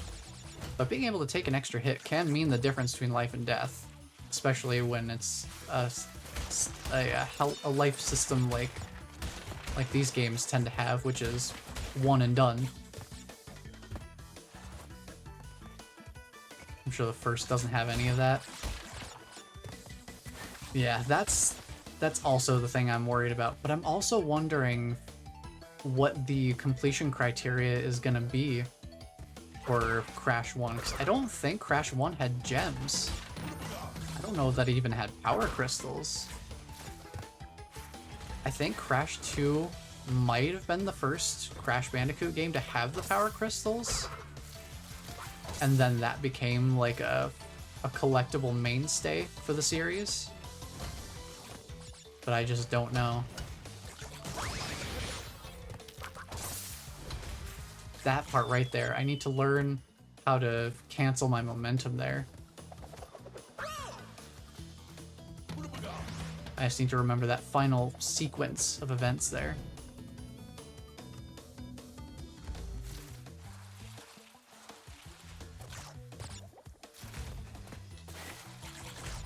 But I'm starting to get a feel for the pace that I need to move in this area. We can't really afford to tiptoe around too much.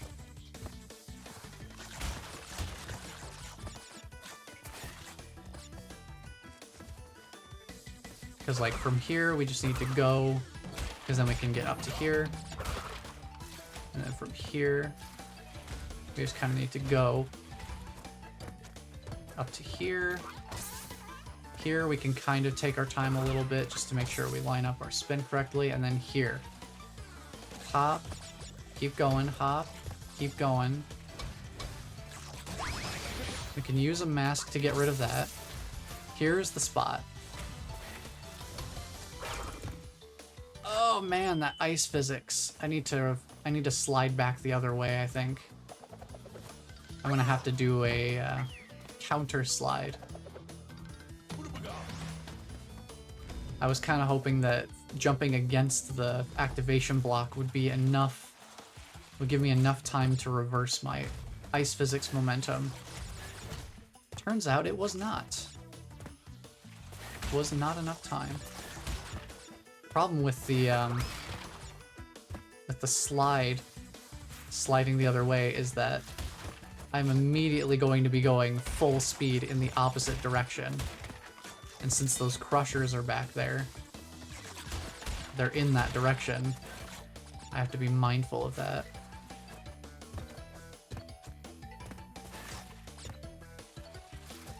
So I'm trying to think of how is it that I'm able to cancel my momentum? Because like sometimes I can do it. If I... yeah, like that. Sometimes I can do it.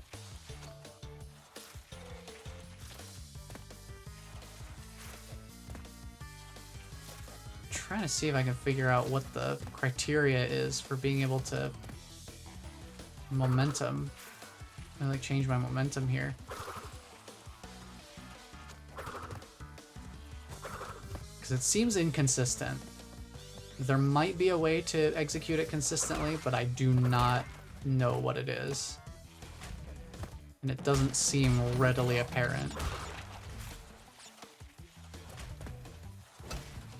Like, there are some moments where I am capable of completely reversing my momentum mid-air. But how I do it on purpose is still a bit of a mystery to me. But yeah, I do have to just do that. And the nice thing about having the mask is that I can just kind of push through those nitro crates and make the return trip so much easier.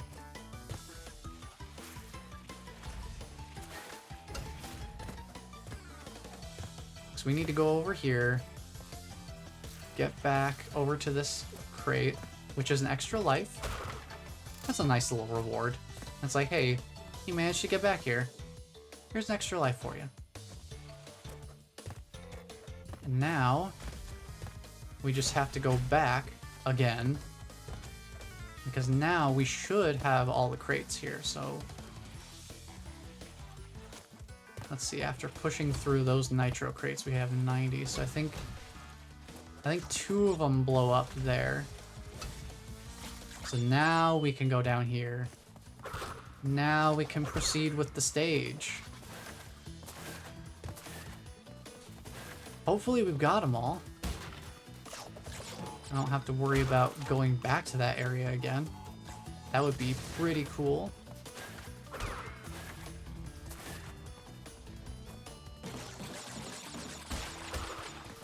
I'm just gonna break those. Alright, 114 once we break that checkpoint block. I just want to keep track of that in case we're missing any. And do end up having to make a return trip that we have 114 at that point. Okay, what are we missing? There's clearly something else at play here. What on earth is missing here? What stage is this? Cold Hard Crash. We are missing a lot of crates. But we know how to push through that other area now. This isn't one that had a secret entrance, did it? Let me double check.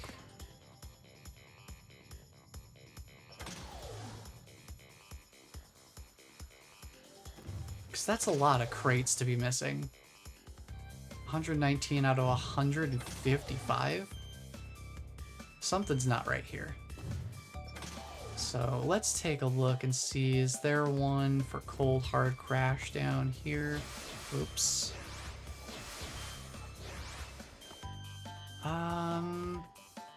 No secret entrance. So there's just an entire area of crates I guess I'm missing.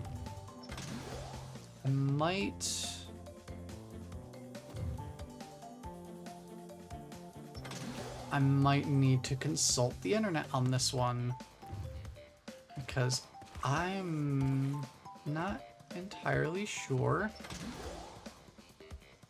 where I'm missing crates in that stage, because that's a lot of crates to be missing. So let me take a look real quick.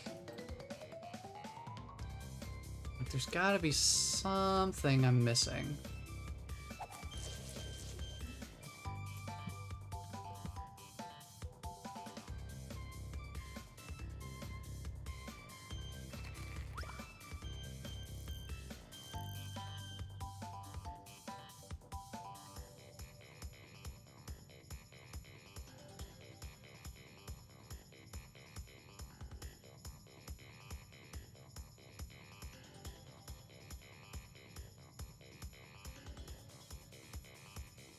Let's see.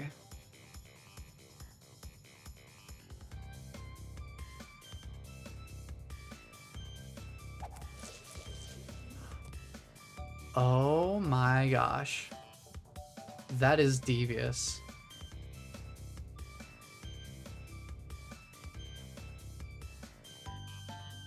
Interesting.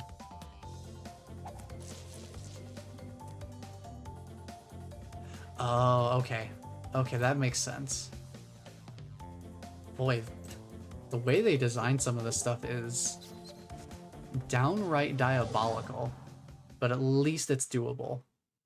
So, I know what we need to do now.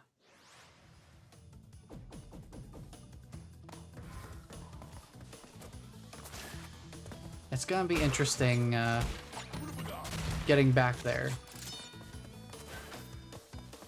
Because turns out what we need to do is when we get back, when we get to the end of the death route area and we have that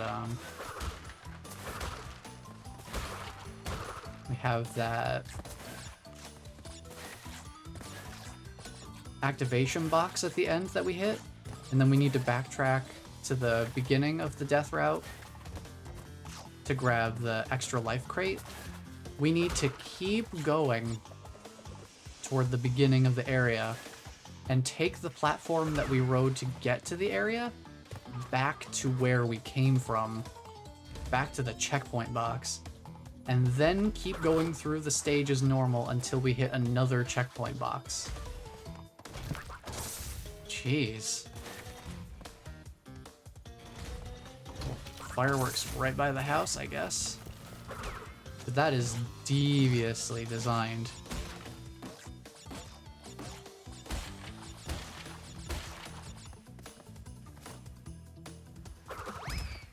So, yeah, bonus room and all that. Just do that. Bounce off that.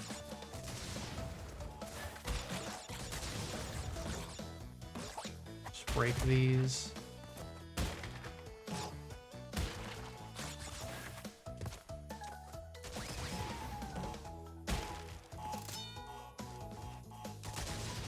That's all the crates in the bonus area.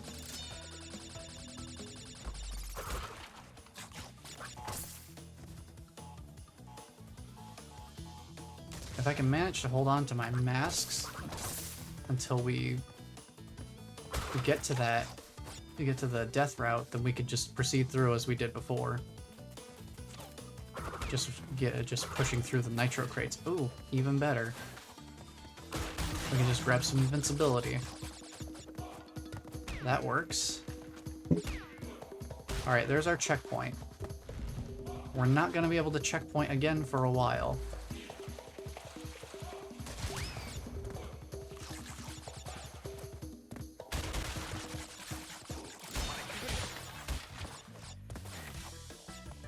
So yeah, we're not going to be able to checkpoint until later.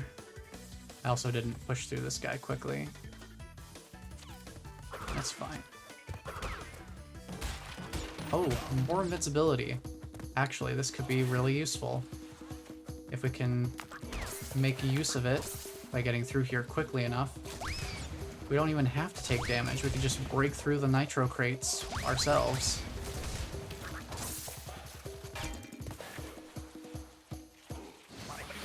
Nice. Even better. Now we don't have to worry about the nitro crates at all.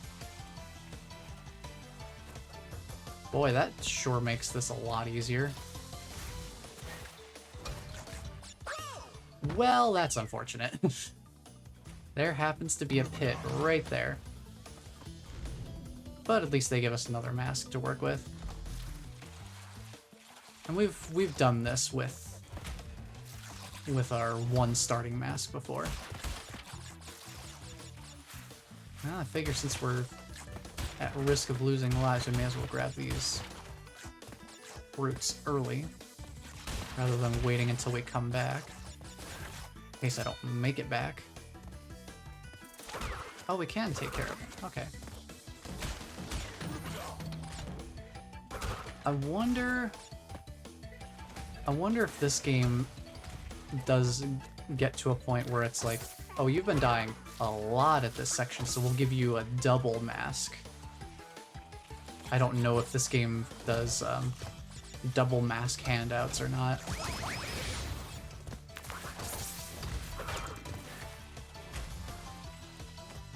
Yeah, as long as we're prompt with our turnaround, I think that actually works out pretty well. That was unfortunate timing on the nitro crate. It did one of its big bounces right then. That was unfortunate. But thankfully, not a big deal. We just go through here, grab that. That nitro crate is going to be a problem. If it bounces like that, especially. That's the tricky thing about nitro crates, is they can bounce sporadically. Sometimes they do a nice small bounce. Sometimes they just go absolutely crazy and bounce way up. Like practically one full jump height's worth of height. Just whenever it feels like it. So it's very unpredictable. So nitro crates can really complicate things.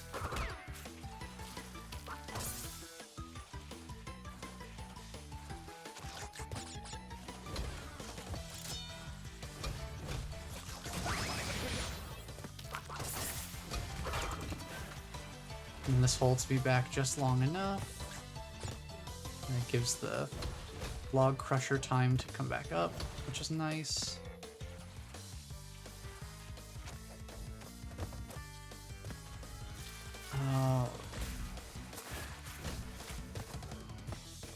This time we have an extra mask.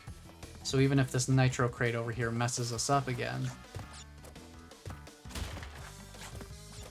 it can't really completely stop us. Yeah. These nitro crate descriptions are relatable to my children. Yeah, I'd say that's fair.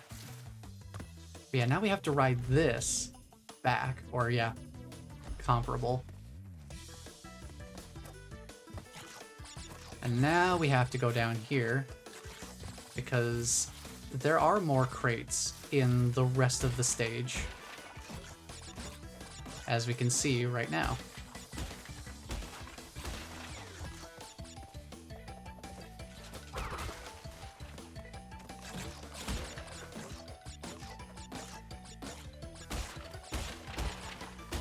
Grab a bunch of fruit, because why not?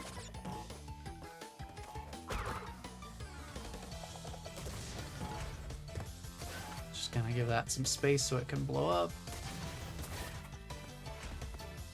Alright, we got the checkpoint, so now we don't have to worry about doing the death route again. And hopefully I haven't missed any crates up to this point, hidden off in some weird obscure corner somewhere.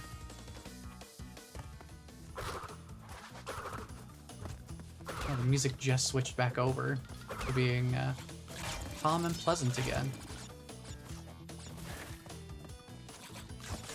Bunch of activation blocks here. Each one corresponds to one of these crates. Also, more nitro.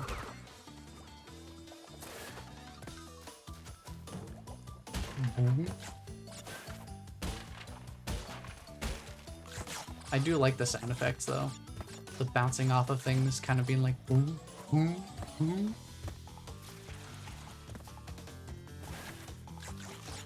Yeah, there's an extra life crate back there, but I'm not worried about that. Alright, let's head over this way. See, that reversal of momentum, I didn't mean to do that. I just... Sometimes when I hold the other direction while in midair, the ice physics decide, yeah, you're going this way now. You know, all that momentum you had before, never mind. We'll take your direction. You know best. And it's like, maybe I just want to slow myself down a little bit rather than completely changing my direction.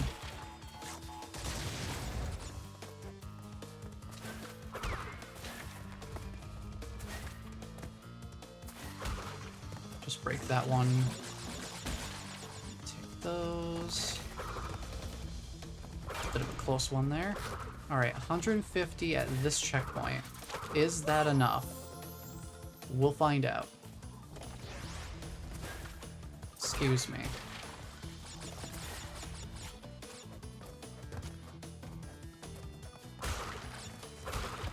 Alright, we got all the crates. Yeah, that all crates gem was a bit of an endeavor, but we got it.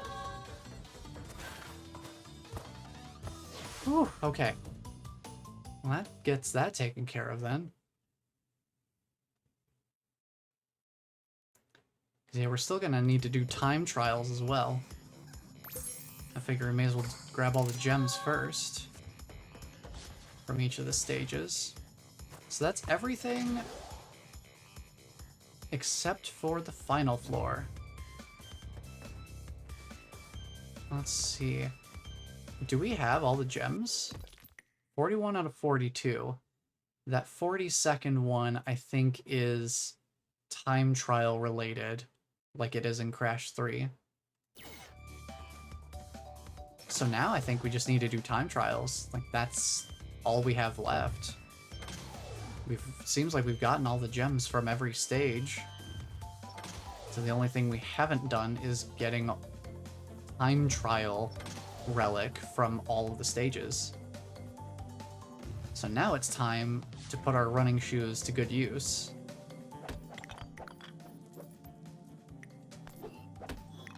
Because we are gonna be time trialing.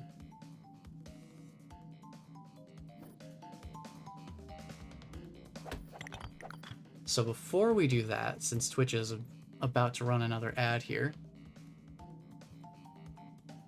to steel myself in preparation for our time trial marathon that we're about to embark upon, I'm gonna go refill my water so that I have something to hydrate with, because I'm gonna need it.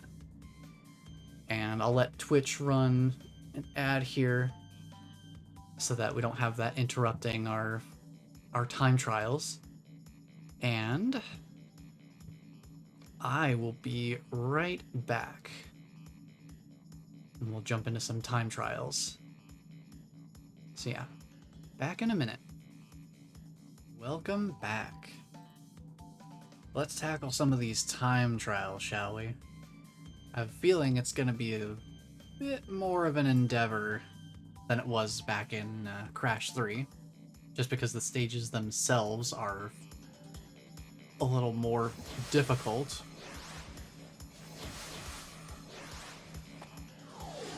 Not me trying to run in the hub world again. I just like to go fast. What can I say? You give me running shoes, I want to use them. It's very nice being able to get around nice and quick.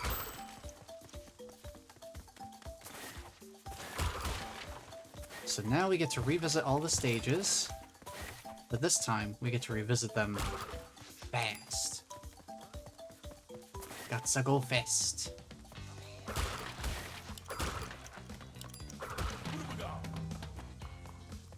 So yeah, probably we could skip that mask.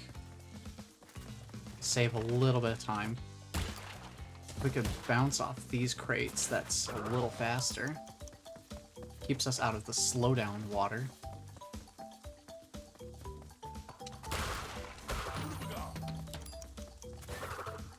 Oh, I could almost make it across there. I wonder if that's possible to get across. I feel like it would be. Oh, I can. Nice. That is going to be important for better time trial times, I think. Being able to get across without falling into the pit and having to deal with the moles. That does seem like it would be important for going fast. But we got a gold. So if it's anything like Crash 3,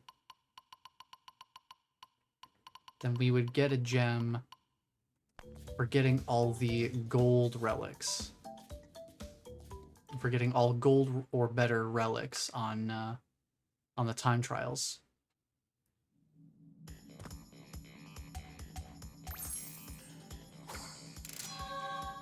We do need to go back to Crash 3 and do that at some point as well. Depending on how this goes, we might be able to dip back into Crash 3 for a little bit and try some of the time trials.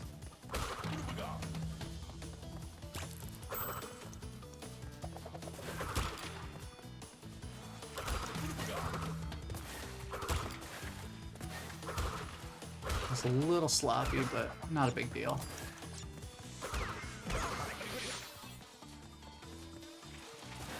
We're learning the stages, learning how to go fast.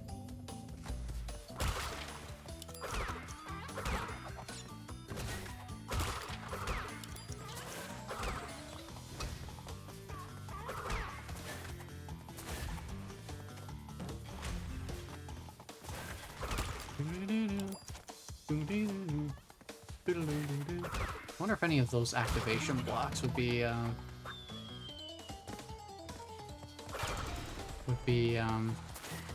time crates. 'Cause there's some there too. Yep.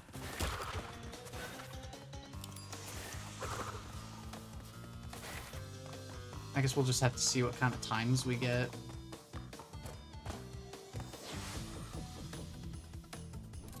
Yeah, I might have to redo that one.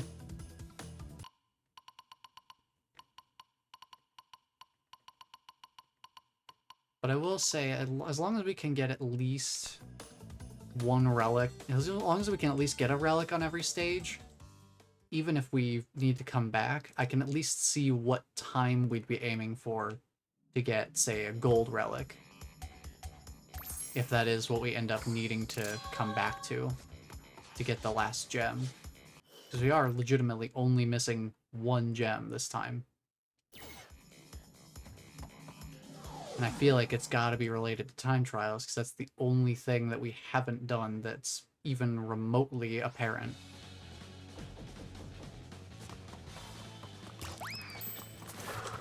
Let me just skip that platform entirely. Man, that slide jump into a spin is really nice. It's really good to know.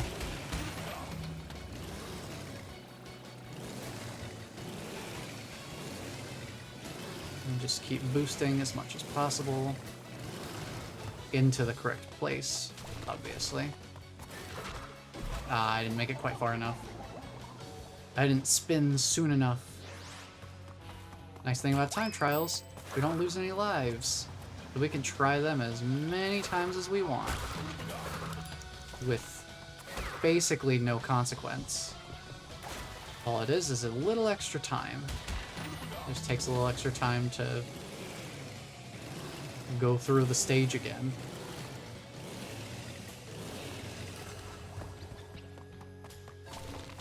So I was trying to dodge this guy, but it's better to just push through him. Oops. I slid instead of jumping. That was my bad.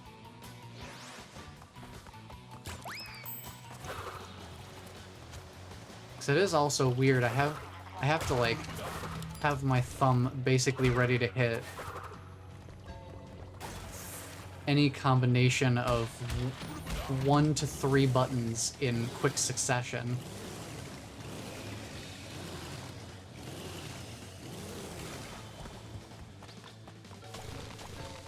You.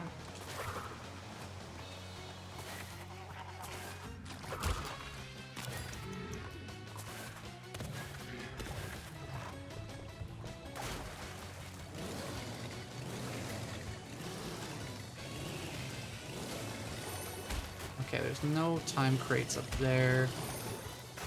This is a situation where it's better to just push through with the mask instead of taking the extra time of going around. Because trying to dodge the mines is slower. Ooh, nice. We got a platinum. That's shiny and fun. Well, we definitely know that we won't need to come back to this stage to do time trials then. So we already got the platinum. So, heck yeah. Ooh, boy, that was a big one. Somebody's having some fun with their fireworks out there. Thankfully, it has been raining a bunch recently. It hadn't rained for a long time. So we were supposed to get, like, showers here and there, and the rain just kind of, like, kept dodging past us. But thankfully, the rain showed up just in time for the 4th of July, so we don't have to worry about... things being quite as flammable. So, less chance of somebody accidentally setting something on fire because of fireworks.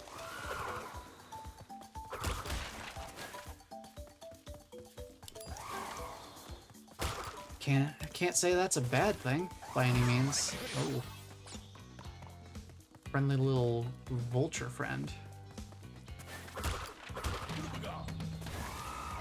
Alright, which route to take is the question. Alright, left has 1 second. Because there might be, between the split path, the left or the right route. I don't know which one's going to be better. That's 4. Plus an activation block. Another 1. I mean, this one seems pretty good. This route seems pretty decent. I don't know what the activation block does.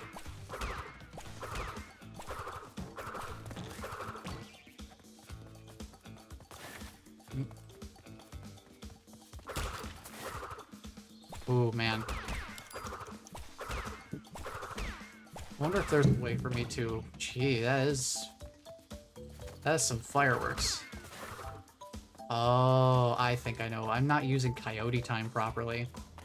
I need to be waiting a little bit longer when I slide off of ledges. Because, yeah, I don't think we're going to be able to get anywhere close to a platinum time unless I do that for every single one of those little hits. I think I can learn how to do it. Now that I've identified something I can improve upon. But for now, we'll just focus on getting a relic in every stage.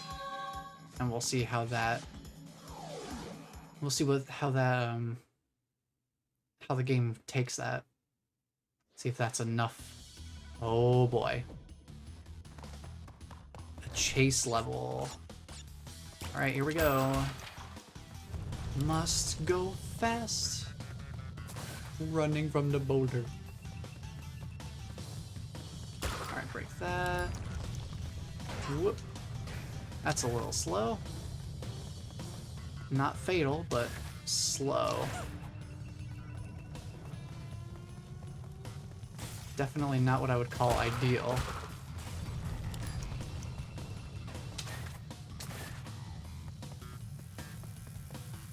Okay.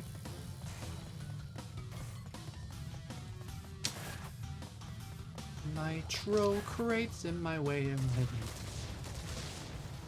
Sorry, kind of hard to think of lyrics on the fly and also run away from boulders at lightning speed. And also react to what's ahead of me. Well, okay. Not too bad for a first run, though.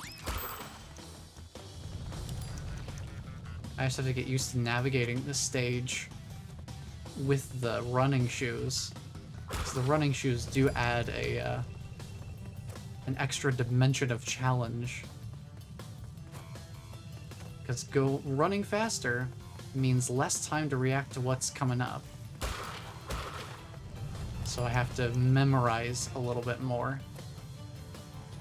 I also need to remember not to slide jump at every single gap. Especially this early on.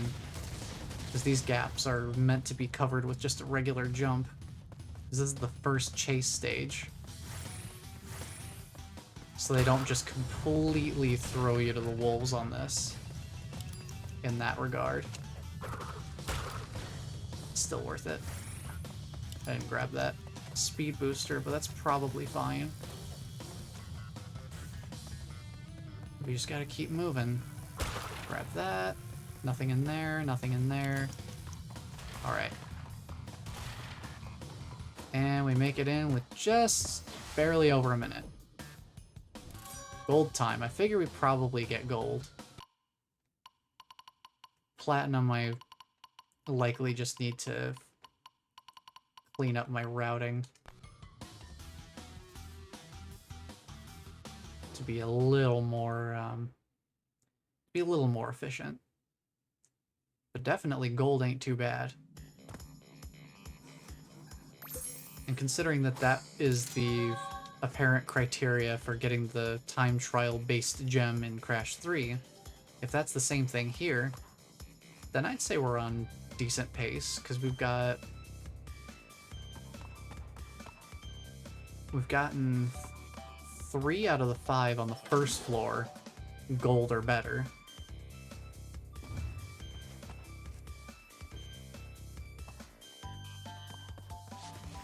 Oh. Here, I'm gonna turn that off real quick. Where is that? Here. Coco, you're gonna stay right there. And we're gonna move back on our time trials. I won't accidentally switch characters in the lobby again.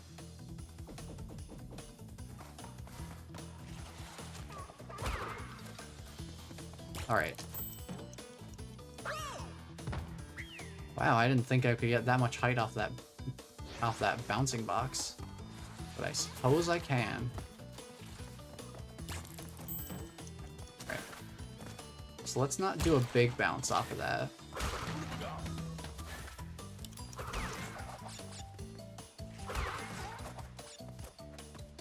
Just do a standard bounce off that first one.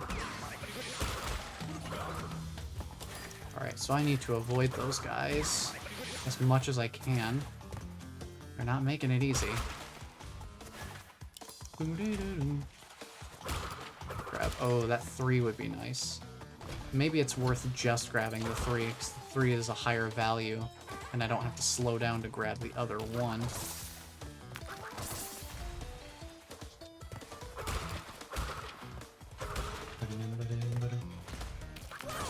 That's gonna be tricky.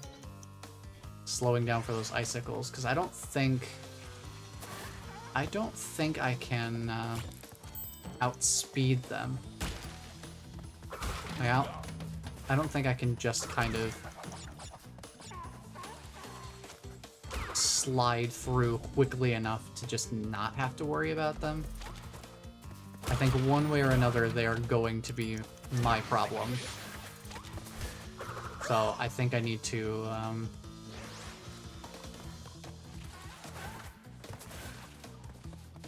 figure out where and when to slow myself down by how much to avoid them. Well, didn't realize that penguin survived to the chain combo. These guys are also a bit of a problem.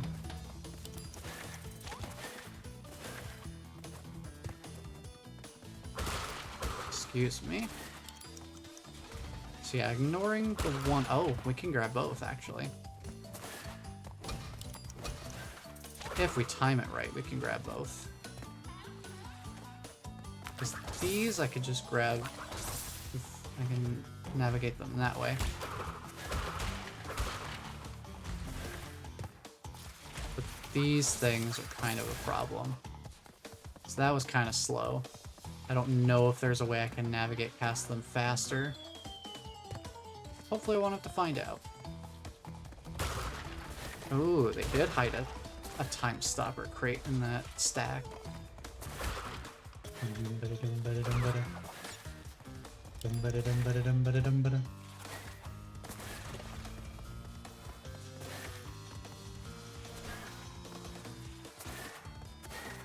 Alright, not too bad of a run. Got a gold, that's pretty good. I'm definitely not gonna complain about that.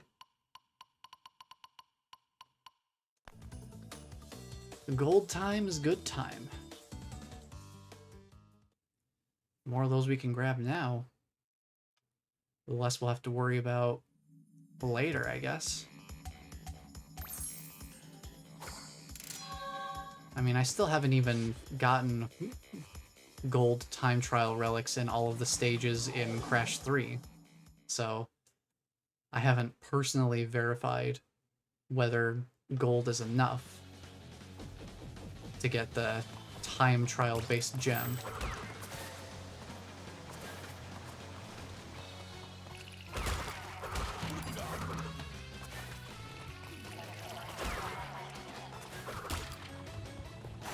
So this platform right here, that stone platform is a secret exit.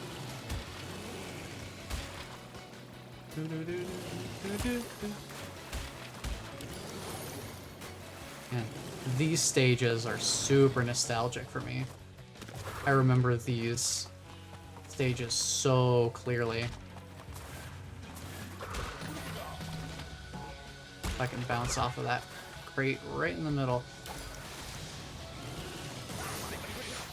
So yeah, there's a spot where it's definitely going to be faster for me to just push through with my mask, and then keep one for there, so that in case things go south, with timing, it's not too bad.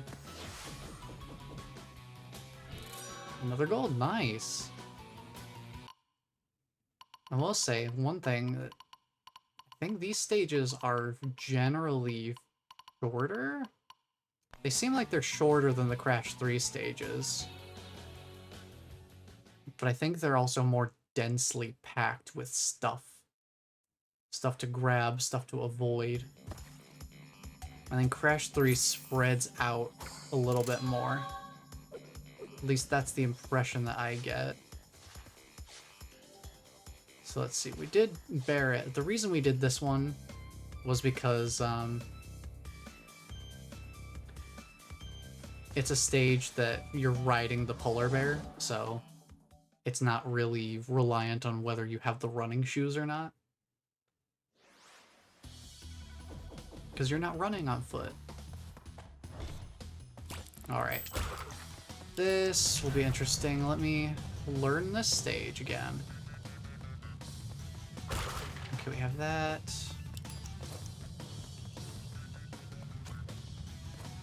Thankfully they have the camera pulled far enough forward that it's not too difficult to react to things as it comes up. But it does take a little bit of quick reflexes on my part.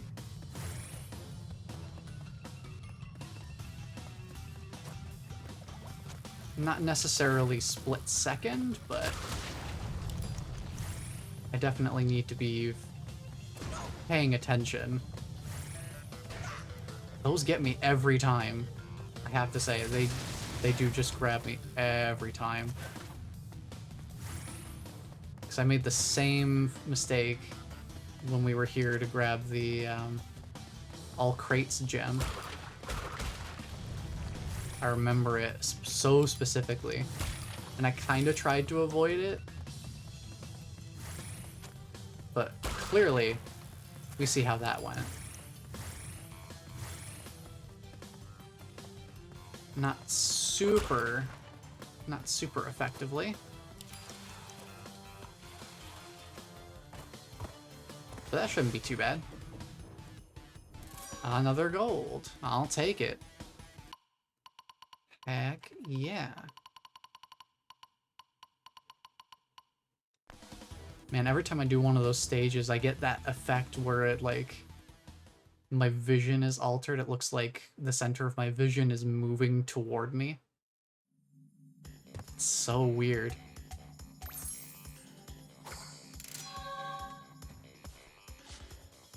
It's like if I play something like Guitar Hero for too long, or, you know, read or watch the credits of the game or something for too long.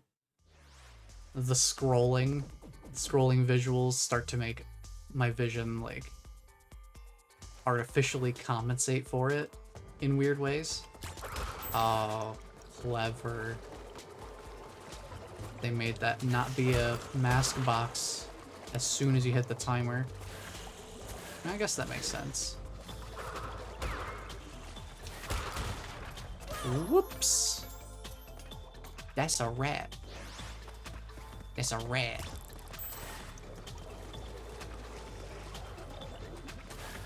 Alright, we can squeeze through there. Do our jumps across here, yikes. Dodge the rats. Well, that's unfortunate. Wonder how I'm gonna deal with cycles. Because we are kind of at the mercy of the eels a little bit. They just operate on a cycle of their own. Well, that was slow. I hit the buttons in reverse order. So instead of sliding and jumping, I did a body slam. So it's the same buttons as sliding and then jumping, just in opposite order.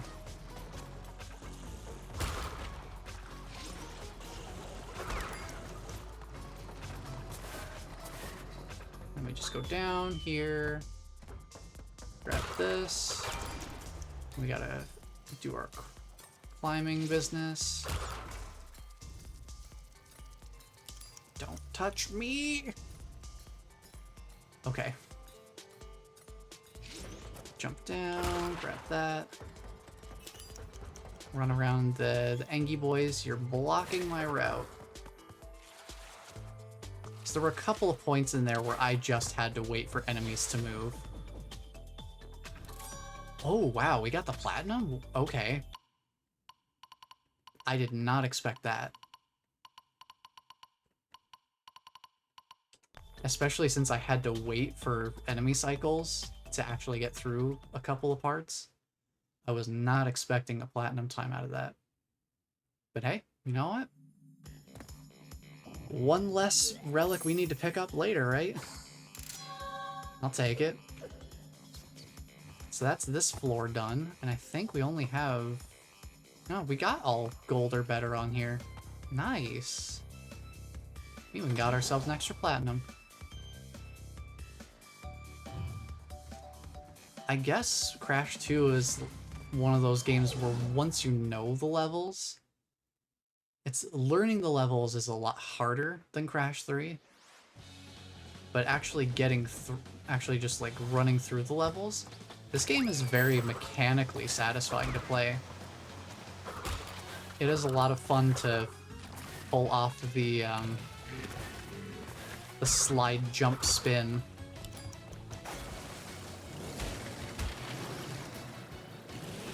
It is actually a lot of fun. Probably faster to just push through here rather than taking the route to go around. Get rid of you. Pause time for 1 second. Ooh, this part's fun. We want to hang on to this mask for right here, because we are gonna take a hit. Oh, I think I need both masks, 'cause I don't know how I get past this part. I think I need them. I need both masks. I can't lose one along the way.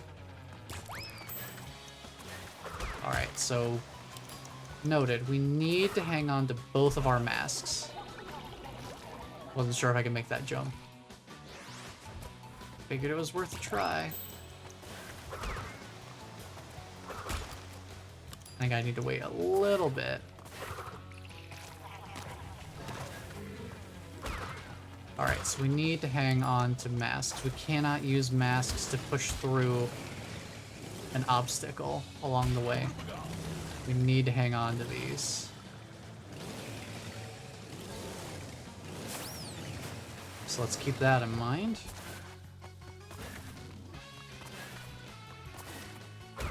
Excuse me.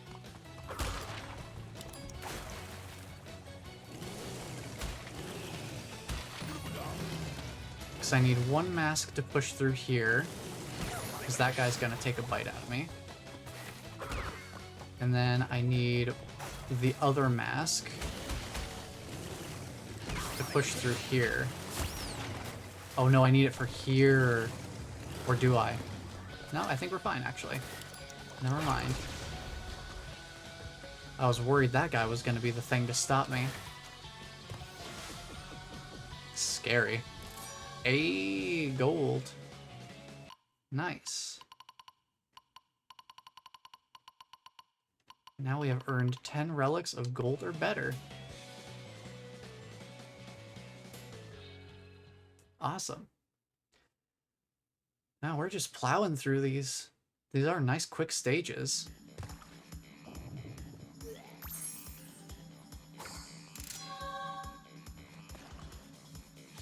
Alright, sewer or later. This is another one of the electric eel levels, I think. Yep, that it is.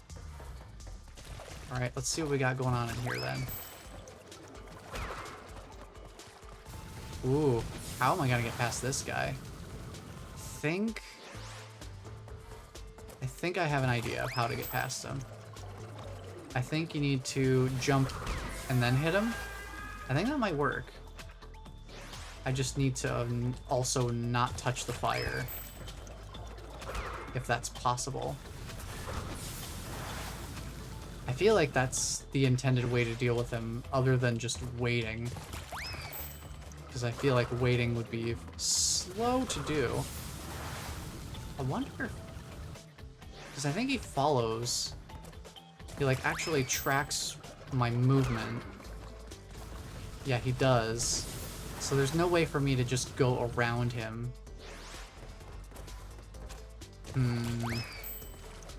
Maybe...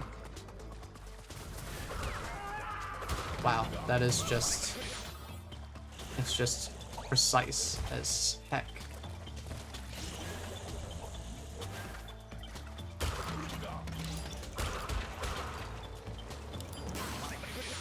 Oh, invincibility at that point would be great. There's a lot of masks. Okay. Yeah, okay. So I think I basically need to hang on to at least 2 masks by that point. Because they are expecting me. They are expecting me to get through there and get the invincibility right before that breakable fan. How do I deal with this guy consistently, though, is the question. I haven't figured out the consistent method. Because I'm going to need to be able to do that later, too, to hang on to one of my masks. I think that works. Okay.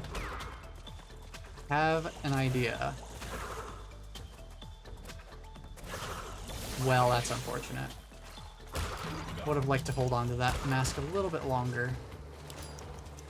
But this guy's in a much more open area.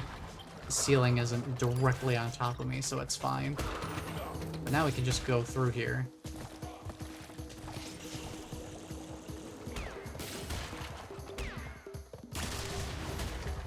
I cannot even see where I'm going. Hope this is the right way. Yep, okay. I can't walk over those little platform areas. Good to know, good to know. That's gold. So yeah, probably what I need to do is just move a little faster through the stage. Tighten up my routing, because I did hesitate at a couple points there to not take hits from things. That is a very densely packed level. There's a lot of things to avoid in that sewer stage. There's just, like, each of those curved hallways has, like, 5 things to avoid. Oh, boy. It's bear time. This is the one where I need to dash to get over gaps.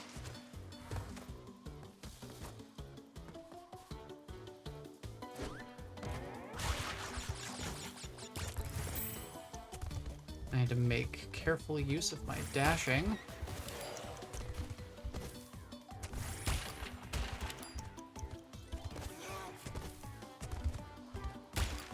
Emphasis on careful, because there are definitely some sections where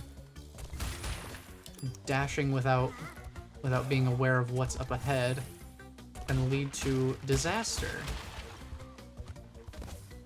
Got that. Oh, it barely made that jump. Whoop. Dodge the orcas. Well, that's unfortunate. Okay, so don't boost there. Don't boost there. That's a bad place to boost.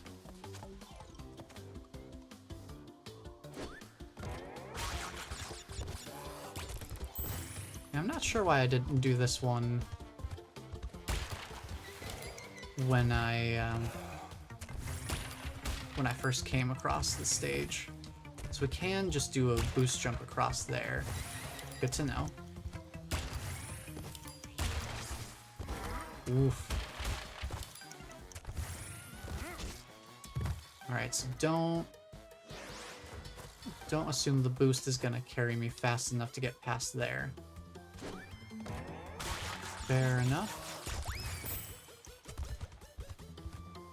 Fair enough. You can dash there. You can dash jump there. Okay. So I'm not gonna dash here. So I want to make sure these guys have time to lower. And then these guys need to raise up. You need to dash there.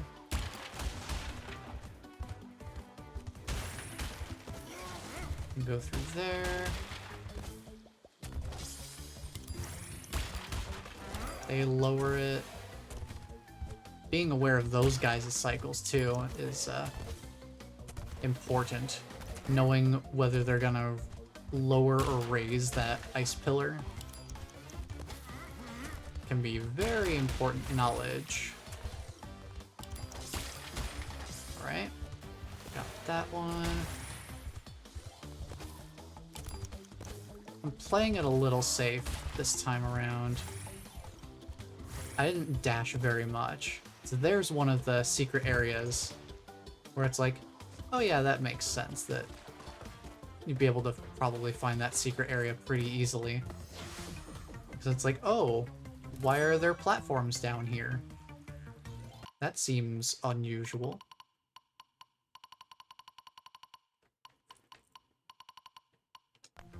Only a sapphire relic though, so we might have to come back to this one. Probably I just need to learn where I can dash and safely get away with it. And just do that at every possible opportunity.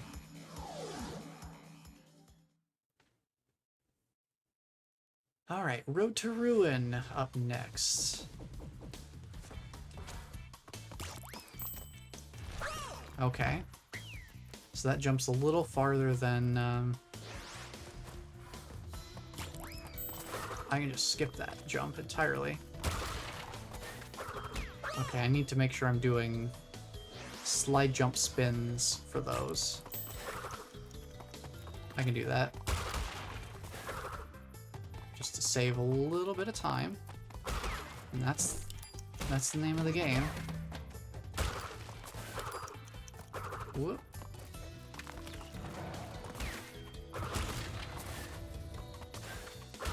And then for these, we just wanna do a nice little slide jump over. Are there any? There is a time crate there. So blocks with activation can be time crates. That is good to know. Excuse me. I need you to move, sir. Whoops. Did not mean to do that. Excuse me.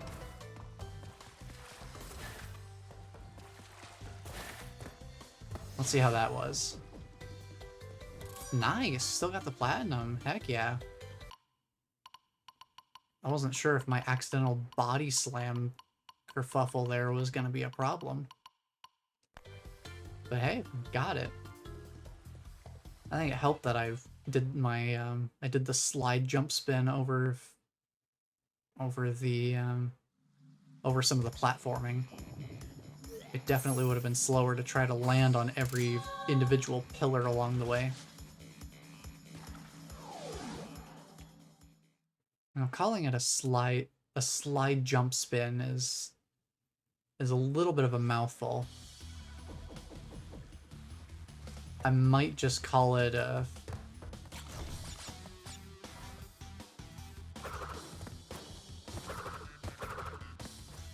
might just call it a super spin jump.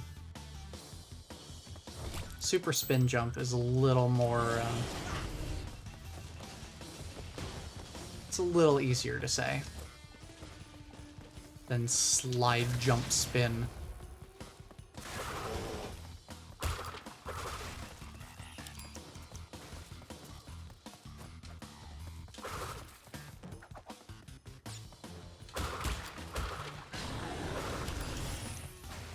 This time we're getting chased by a bear. Big ol' bear.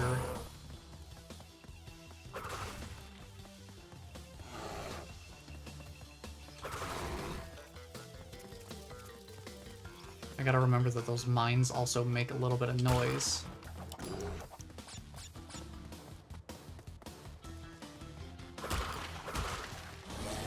Just keep running.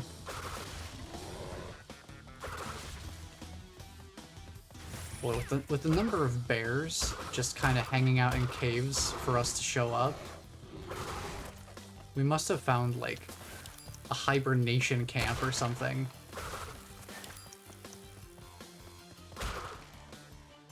Oh boy, this part. Where now we get to do the same thing. Only this time we're on the back of the polar bear. So we got the auto runner.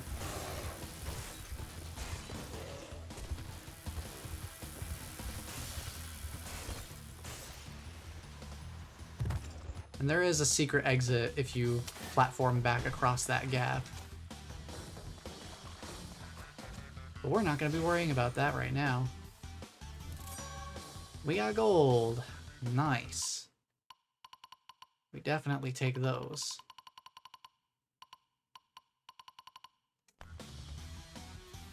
Not too bad. I feel like I'm definitely doing consistently better on getting gold times rather than sapphire times. I think we've only gotten a couple of sapphire relics this time around. So yeah, pretty much everything other than, you know, bear down on this stage. And we even picked up another platinum. We are doing much better on time trials. I think Crash 2 has kind of forced me to get better at the game.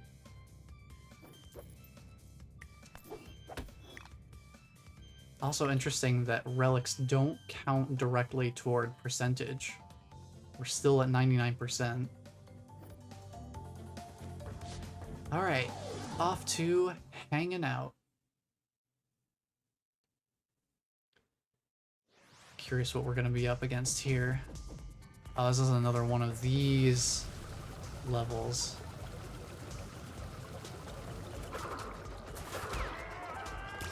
Oh boy, here we go. Another sewer stage. That's gonna be fun to dodge. At least here we can actually, we actually have enough headroom.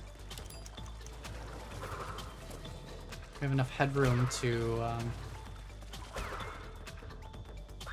deal with the welder.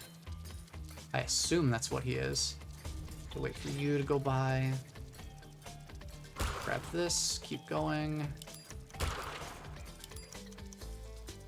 I need to wait for you to go by. I can sneak past. Okay. You guys are fun.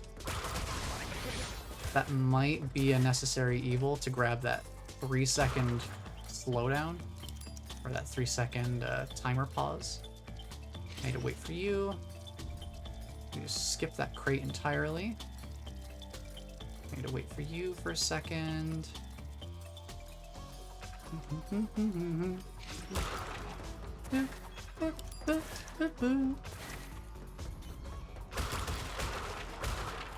Try to grab those as best I can.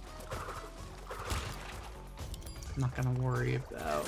Ooh, that's nasty. Those nitro crates blocking that hallway. That's nasty.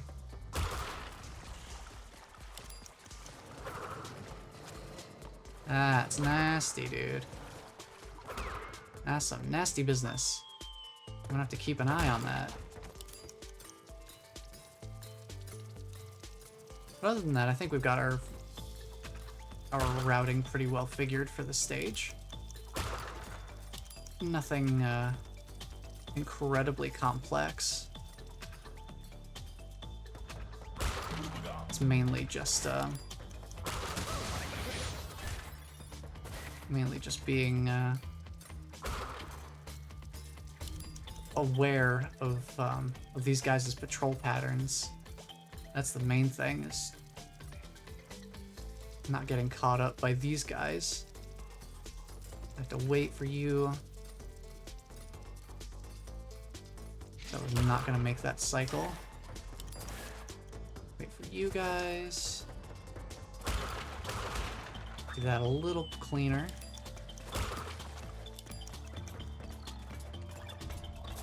I can slide right past there.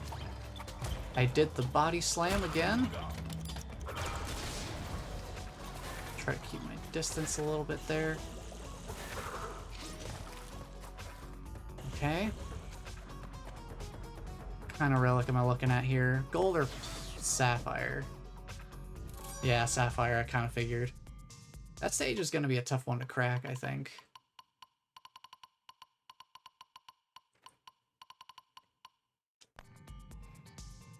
I'm not entirely sure where I could save a whole lot more time. But clearly there's something I'm missing. Maybe I need to double back after one of the drops and there's a bunch of time crates or something hidden off screen. I wouldn't doubt it. There could be something like that. Alrighty, let's see. Let's see how the B stages go with the ability to run faster. Because that should help me outrun the bees a little bit more. Not entirely, but hopefully enough that they will be less of an issue.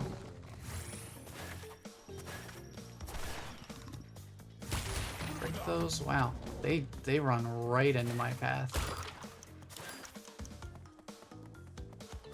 Bounce off that crate.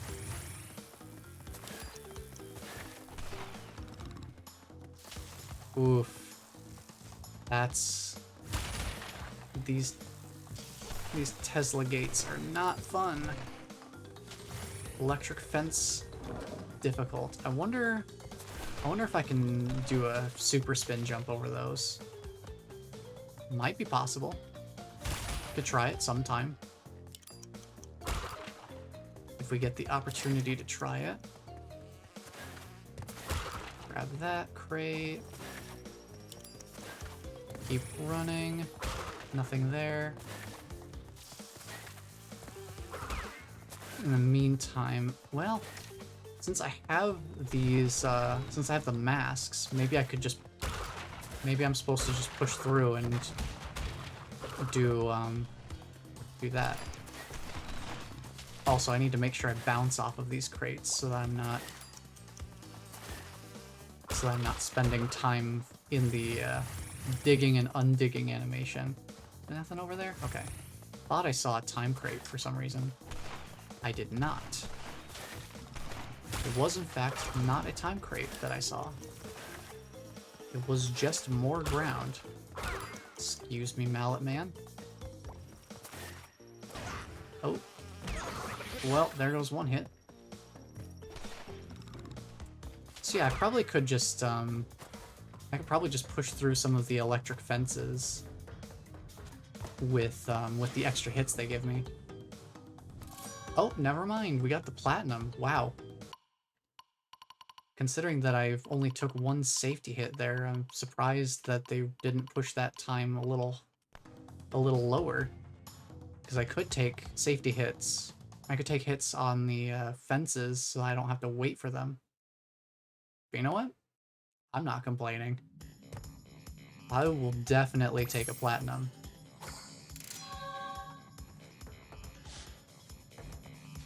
I will definitely take a platinum. Alright, next up, Cold Hard Crack. We've definitely spent enough time with the death route on this level.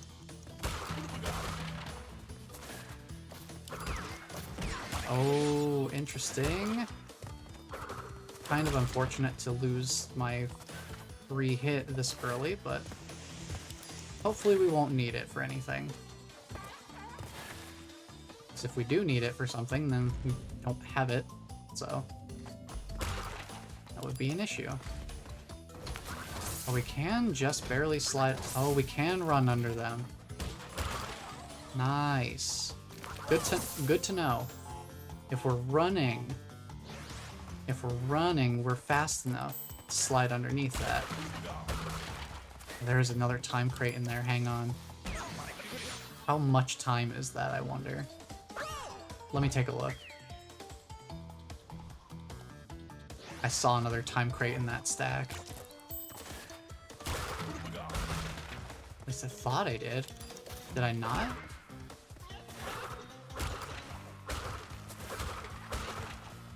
I can grab those crates without spending too much time on them. I could definitely grab them a little more efficiently. Probably if I just did 2 super spin jumps with proper timing. Okay, that's slow. That is very slow. I'm not even gonna entertain that run. With that kind of slowdown, definitely not. That also helps. Yeah, something like that, but without taking a hit in between would be ideal. Jump, jump.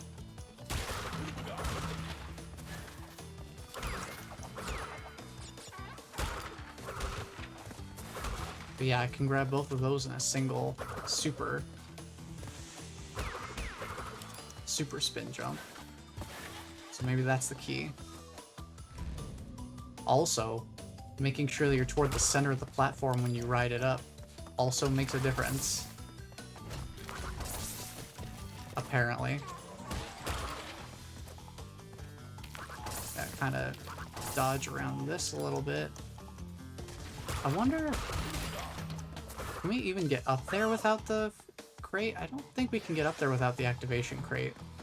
So I think one of our mask uses is gonna go toward pushing through that one hedgehog enemy.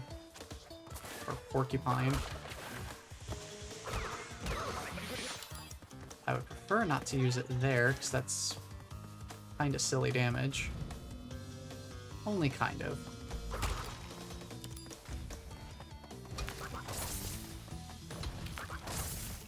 Make it through there, fine. Bounce up here.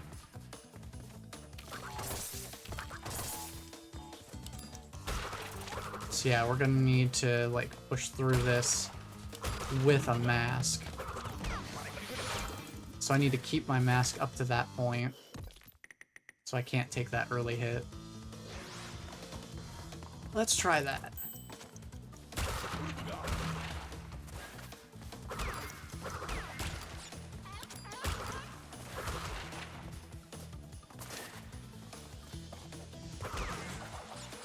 That's nice. That was a nice platform. Gotta wait for that, though. Oops. Well, this is slow. I didn't just run through. I need to remember to just run through.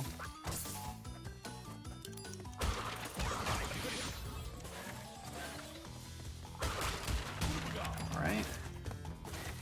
Jump over him. I did the body slam thing again.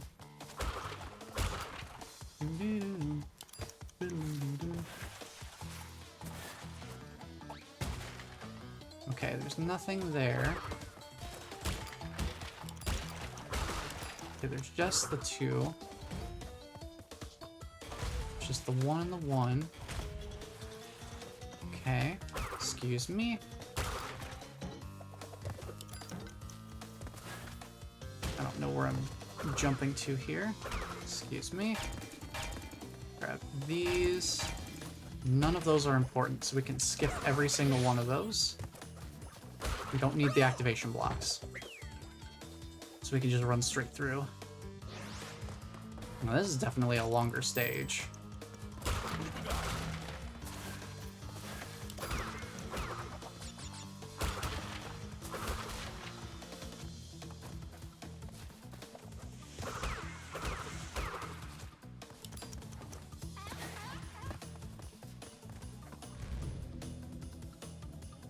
This stage is definitely a gauntlet.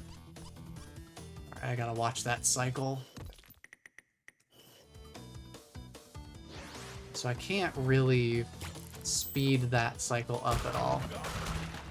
I just kind of have to accept it as it is.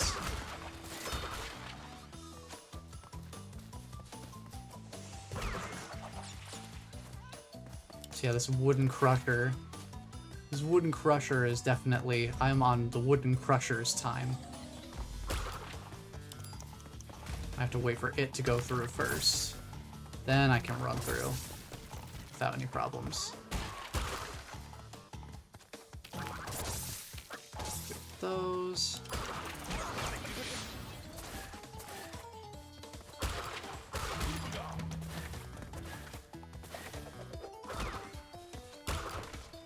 Run over there, drop down here, do some sliding. You bounce off of these. Bounce off of you guys. Barely squeeze through there. Excuse me. Pardon me. Coming through. Gonna need to see your license, sir. Let me just run through here. I could probably go through that section a little faster. Alright. No reason to go over there. And this is just a straight run through to the end. Drop down.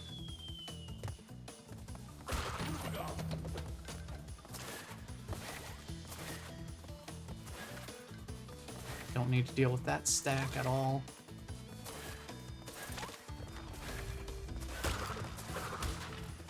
Yeah. I could probably snag those crates a little bit more efficiently. I'm gonna use one of my hits because we're close to the end of the stage. And it's faster to just grab our way through rather than trying to like weave around everything. That's a gold. That is definitely one of the longer stages for sure. That one is gonna be a pain to get a platinum on if I decide to go for it. Definitely happy to get a gold, though.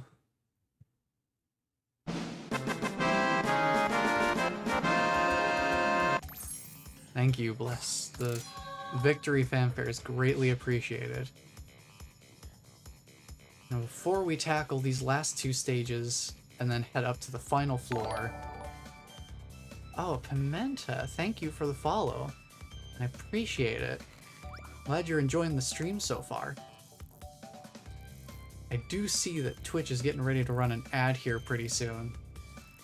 So, in order for us to not receive any interruptions during the time trials themselves, I'm going to take a quick moment here to hydrate and let Twitch run this ad, get it out of the way, so it doesn't pop up in the middle of us taking on one of the time trials. So, we will be right back.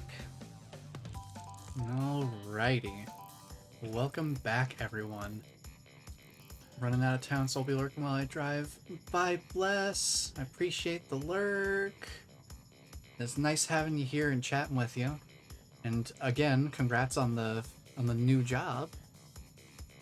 I hope it treats you well.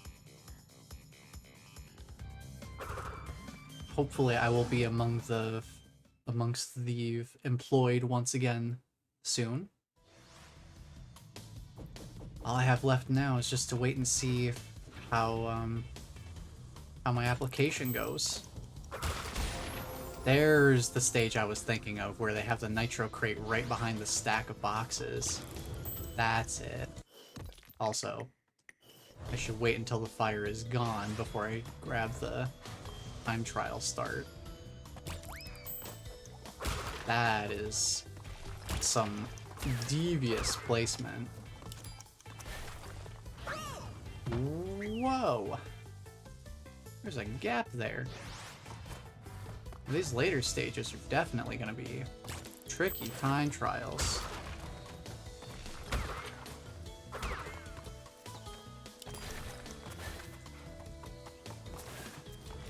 Woo. Jeez.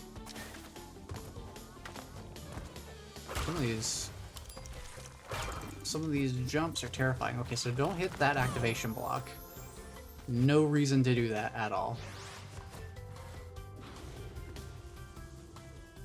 No reason to do that in the slightest. Whoa. There's that gap again. Slipping down into the gap again. Hello, Pimenta. Welcome on in. How are you doing on this fine Saturday?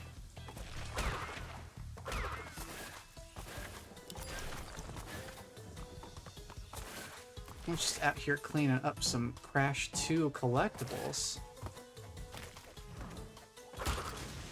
Now that we've gone through, gotten all the power crystals, we got every other gem.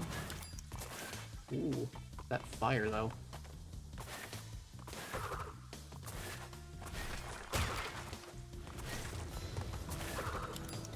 Oh man, that fire hitbox lingers a long time. That's unfortunate. Alright. Duly noted.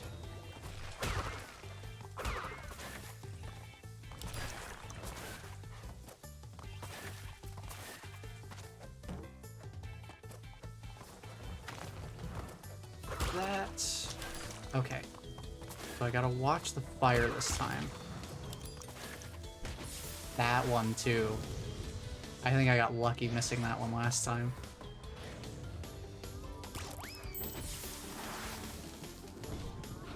Because yeah, as long as there's a fire animation playing, I can still get completely burned to a crisp.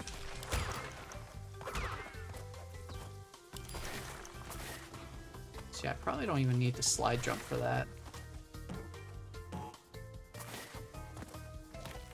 I'll probably just do regular jumps for a lot of this. I can kind of slide around that right side there.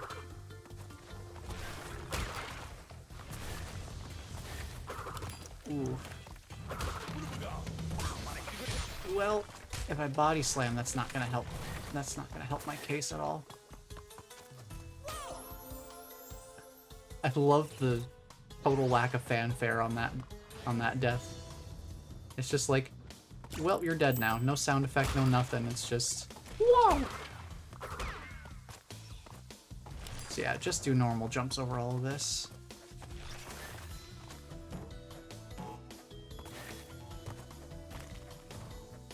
That. Yeah, just normal jumps. Oh. I gotta remember to weave around the side a little bit on that one.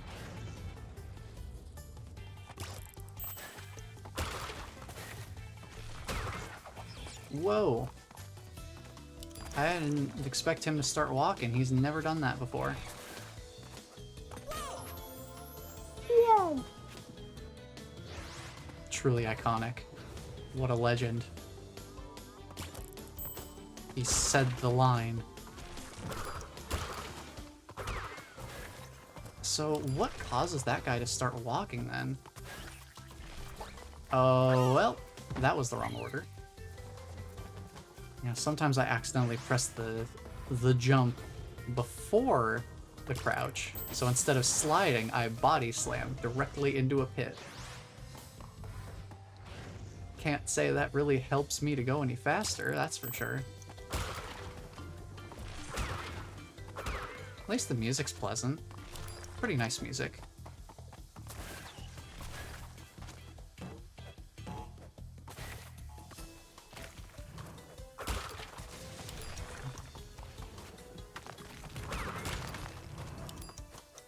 Ah, I didn't weave.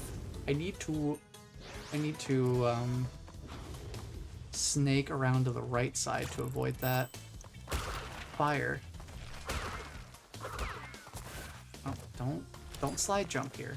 Just regular jumps. Don't need to get all fancy. Whoa. Speaking of getting all fancy, midair bounces are a fun pastime. over to the right side. There we go. Much better. Ah, I got cold feet on that one.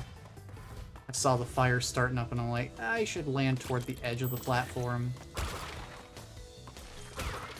But accidentally didn't land on the platform at all. A bit of an oopsie doodle on my part. I'm not sure how best to handle that section. The TNT stacks make that kind of awkward because I don't wanna spin the enemy away. Because they'll probably blow up the TNT in my face. I think I just need to make sure I'm bouncing off of the monkey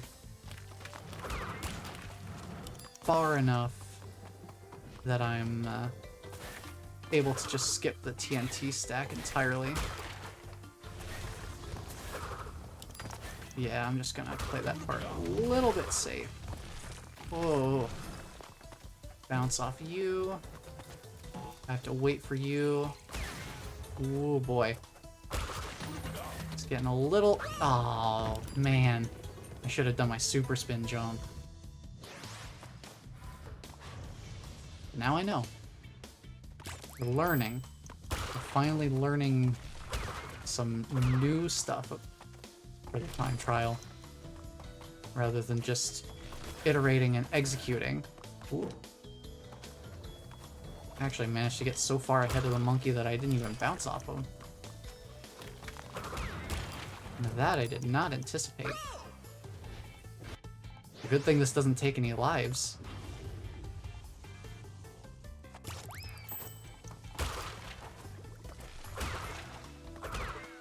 This is still a lot of fun though. Like, Crash 2 is definitely pushing my... Whoa, wait. Can I just run over there? If I line up just right, I might be able to just run past. No platforming required?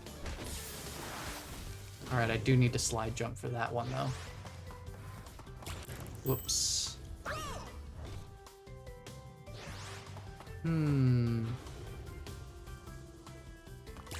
This... Like, I never thought there would be so much depth to this one particular section of the level where it's like, yeah, there's a monkey here. But I could just run along the edge and then just jump over the monkey and I think I'll be fine. I think if I just make sure to jump over him, I don't need to readjust at all.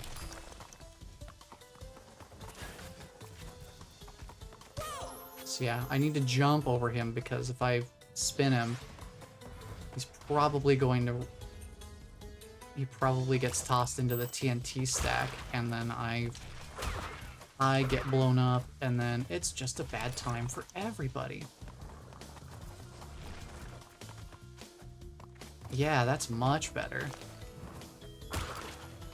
And it's consistent, which is beautiful. I love consistent methods. Consistent methods are great. I wonder if I can sneak around the right side there and get around that second jet of flame, or if that's too risky. Let's try it. Let's see what I can get away with in the pursuit of speed. What can I get away with?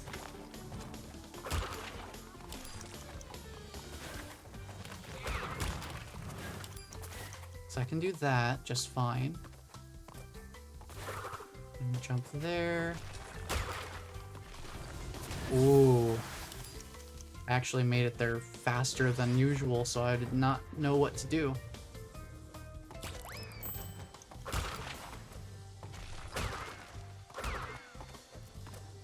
Crazy thing is there is a slight amount of variability based on when exactly I grab the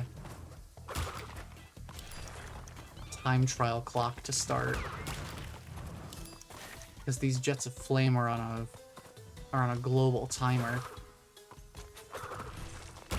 so they don't care when I start the time trial. They just care when I spawn into the stage. That's gonna be a tough nut to crack.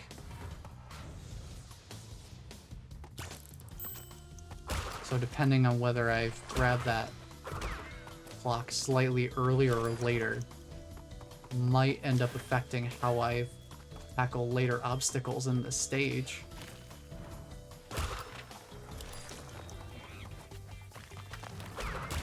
So even the timing of when to grab the clock can be optimized, I suppose, in theory. Which is crazy to think. Like, something that seems so innocuous actually can have an impact. Oh, I veered slightly too wide there. That was my bad. Well, that's the thing about the time trials too, is that pretty much everything in terms of like anything in terms of me having to start them over is usually just like, oh, there's something I did wrong. I made a mistake here. I can do that better next time. Doesn't feel like there's a whole lot of, wow, that really shouldn't have happened to me. I think I could probably get past there if I do a super spin jump over to the right. I could probably sneak past. I was not far enough over to the right for that. Whoops. I need to veer a little bit farther.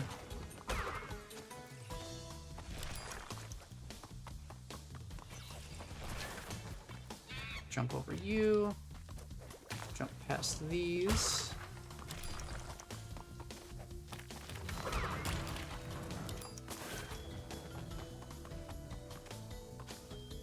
Alright, let's see if I can do this. Ooh. It's pretty sketchy, but I can do it. I think I might have to do it. Because that puts me on a good cycle for basically everything else here. I'm gonna have to wait for that platform. There are some things I do have to kind of wait for the cycle of, unfortunately.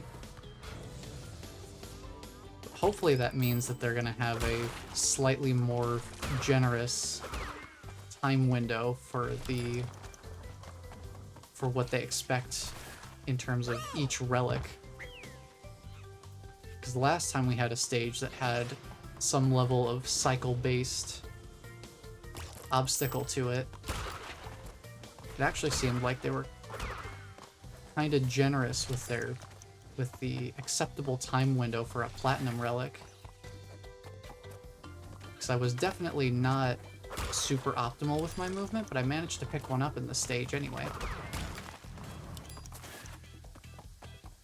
So perhaps that would be the case again here. No guarantees, though. Yeah, I think we gotta do that. And then here, we just get... Ooh, I went way farther down than I needed to. Fireworks. In celebration of my success in learning of these time trials, they're setting off fireworks in my honor to hype me up. Whoa!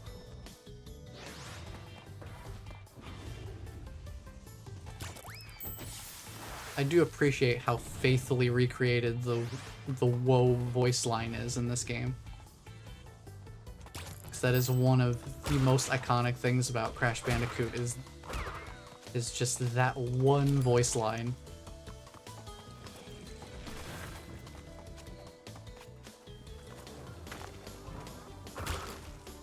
So I'm glad that they did a very faithful recreation of it. It is delightful. It's everything I could have hoped for in a woe.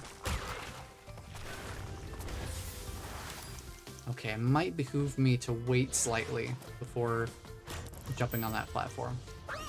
Whoa!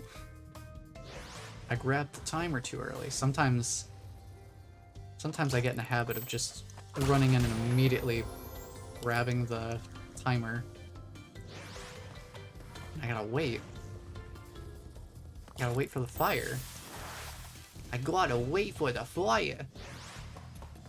Cause the fire hurts. It's no bueno.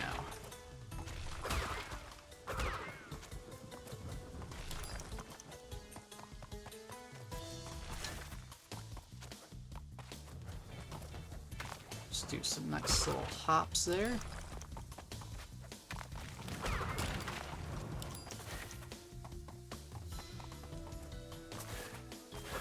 Now these time trials are kind of a nice change of pace for me. Oh, I don't think I can afford to wait there. Because that fire really does cover like the entire landing area that I need.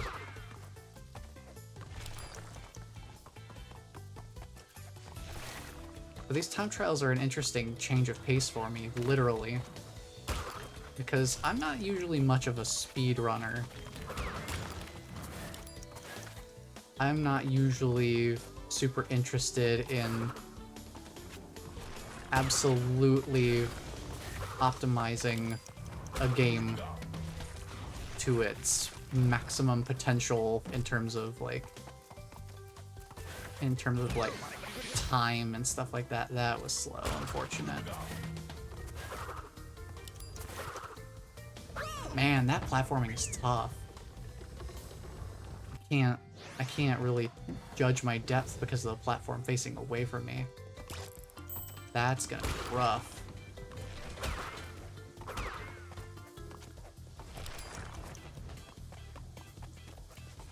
Well, we'll see what we can do. Well, that nitro crate decided to bounce up directly into my face. That one didn't feel like it was so much my fault.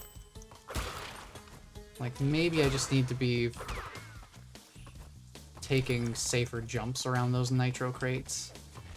Perhaps that's the lesson to be learned. But sometimes nitro crates just bounce up super high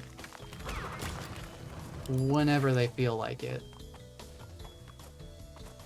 And it's a bit unfortunate when they happen to do that right as I'm getting past, right as I'm about to jump over them, and I don't have time to react to them. Like that. You can see the nitro crate bounce up behind the stack. It doesn't do that every time. It's not on a consistent timer or anything that I can discern. And if it is, it's definitely not based on a global timer or anything like these flame traps are. These flame hazards.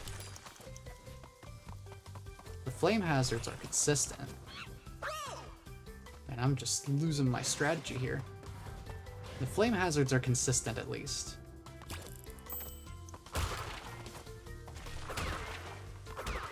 They're always gonna go off at the same time regardless of anything else that happens in the stage. It did it again. It's just, it's gonna be slower for me to go around them. Let me try something. If I slide past the TNT crates like I have been doing, will I still touch the nitro crates if I just keep going? I wonder. I think it might be worth trying, because having those nitro crates just randomly bounce up is not ideal for making consistent attempts at the time trial. If the TNT or the nitro is just gonna randomly cause issues. Okay, I can just keep running. So we shouldn't have that issue anymore. I just need to... I jumped before crouching. That was my bad.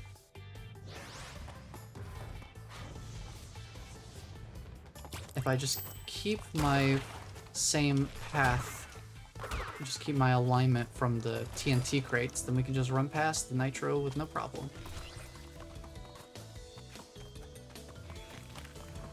Just like that. Now we don't have to worry about whether they're bouncing or not, because we're not going over them anymore. We're just running completely next to them, past to them. That jump's gonna be a tricky one. I think I just have to do a standard jump so I don't make quite as much distance. Because if I go a little too far forward, then I'm in the flames path. Boy, this time trial's been a real thinker. This was super execution heavy. The other time trial stages, I just kind of did my best to run through them. This one, I'm actually having to learn like consistent strategies and actually, you know, route out a path that requires some more specific execution to perform. Yeah, I need to do the spin with that slide jump. There's no way I make it without the spin. Yeah, no other time trial so far has pushed me to this level of knowledge and execution. It's crazy.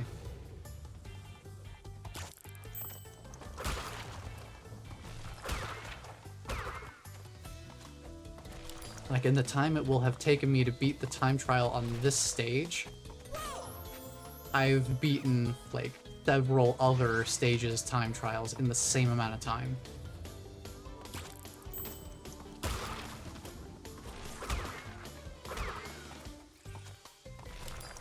I could mitigate some of this by just not worrying as much about my... Whoa!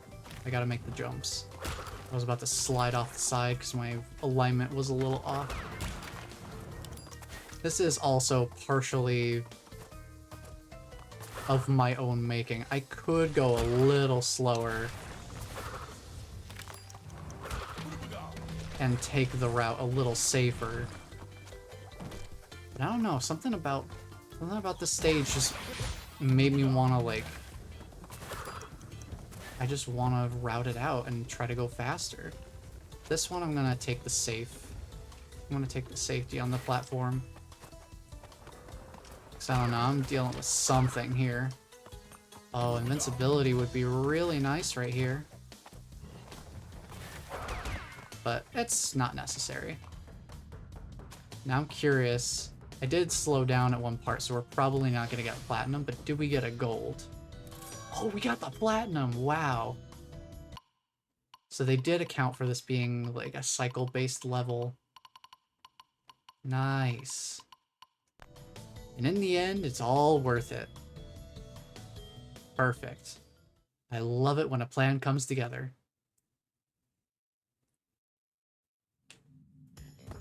Because we had some extra hits we could have taken at the end there if we needed to. Because they threw a bunch of masks right at the end to, I think to help us deal with the log thrower. But we didn't need it. Turns out we didn't need it at all. Now it's time for another B level.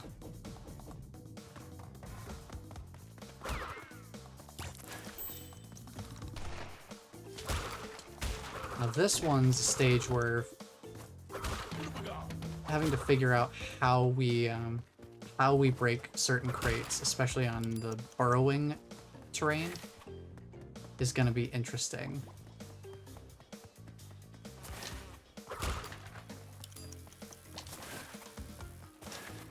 There's a 3 back there. That's rough.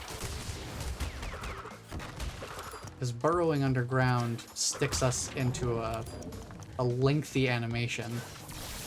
And we cannot jump over those fences, it looks like.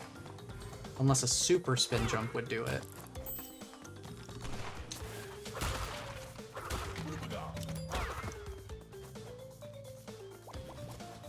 So yeah, if we spin while we're touching this like dark earthen terrain, we enter a burrowing animation, which takes a while to finish.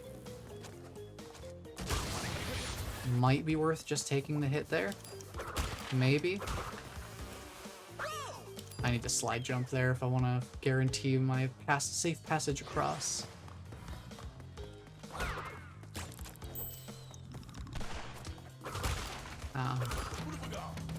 Missed a one crate. We'll try going without it. Hopefully that 1 second of time pausing is not pivotal.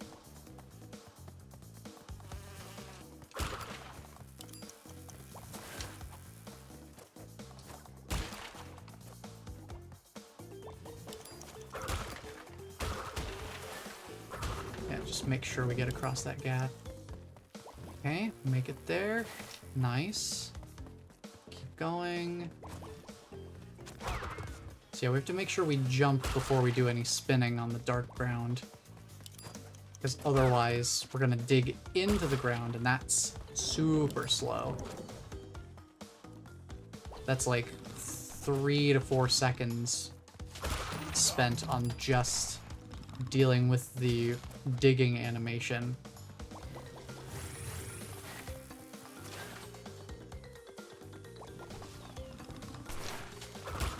And that's definitely, that amount of time is nothing to sneeze at, for sure. Whoa. That man around to the corner with a target on my back. He was gunning for me. Terrifying. Well, I guess we'll take that hit, whatever. Not like we really needed it anywhere else. Gold time, that's not too bad. I think that stage will be a matter of just tightening up my route. Making sure I'm being as direct with my pathing as possible. My guess. But anytime we can get a gold or above, that's plenty good for me. We've been doing pretty well with that in Crash 2, actually. We've only got, what, 5 sapphire relics? We've still got 5 more levels to go. So no matter what, at this point, we will have more gold relics. We'll have more gold relics than we do... I just realized that we don't have this gem. Completely forgot that there was a gem missing here. That would account for the final gem. But we were going to do time trials anyway, so... Before we tackle the last 5 time trials, let's go for all crates. Let's go for all crates and see what we can do. I think the thing with this one was that we need to what? Backtrack? We need to backtrack to the death route after getting the boxes along the normal path? Because I think the last time we did this, we did the death route. That gave us a special gem, and then just took us out of the level afterward. But there were boxes on the death route. So I think it is necessary for us to go on the death route to get all boxes. We just also have the complication of possibly needing to backtrack to do so. But we'll find out.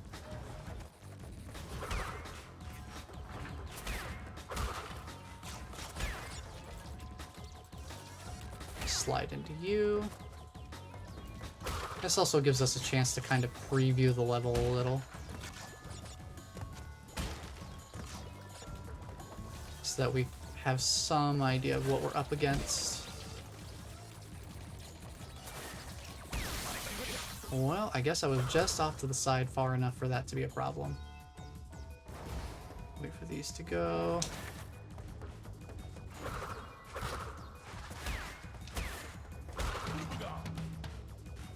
I think these guys I could only kill with sliding. Yeah, okay. Just wanted to check.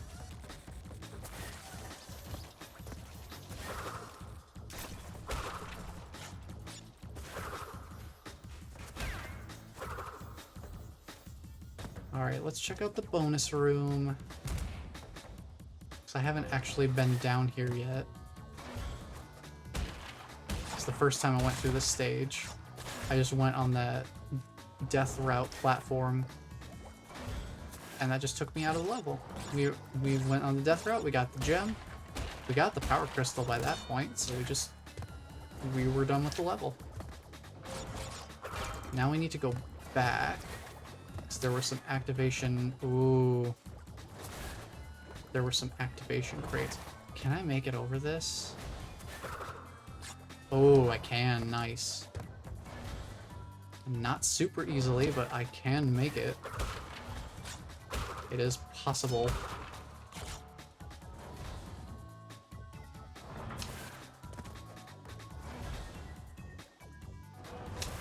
Slow and steady. So we should end this with 16 crates. Yes, okay. Because the other 8 are nitro crates, so no problems there.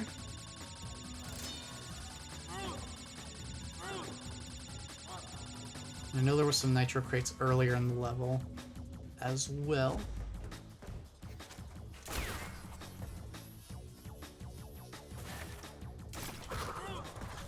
Hello, sir. You're gonna go down into the pit. I'm sorry. Your fate has been decided.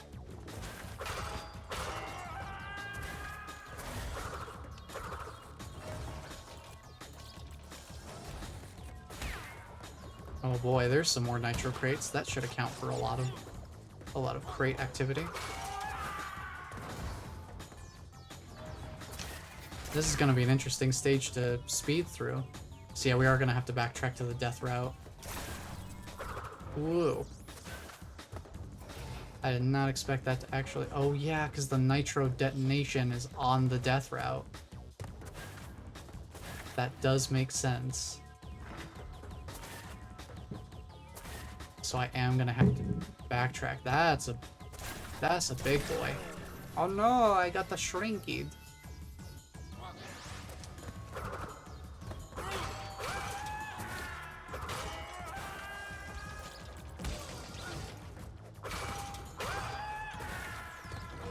So I have to go over here and grab this crate for sure.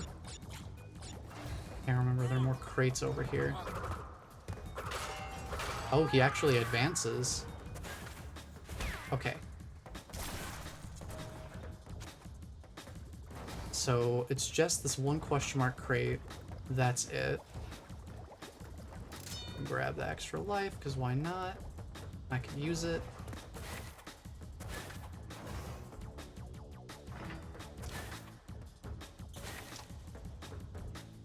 Alright, I'm gonna need to make good use of the super spin jump for that.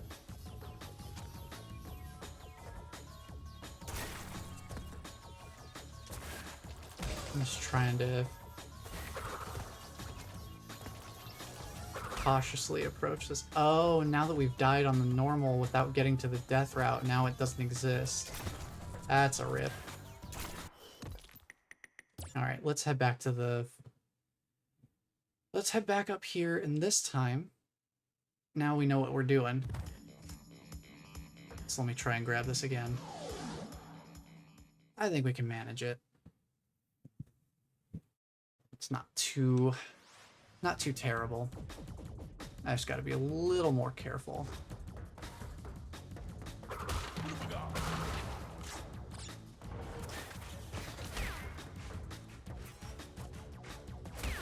Take it nice and slow. No need to rush here. We're not doing the time trial yet. Just trying to grab all the crates.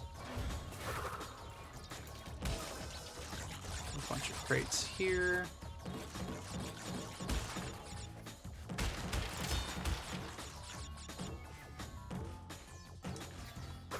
Grab those. Okay.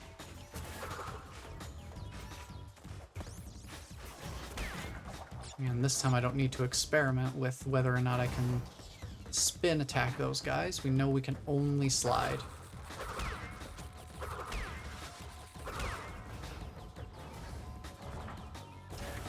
So only sliding for the spindly boys. It's the only way to deal with them.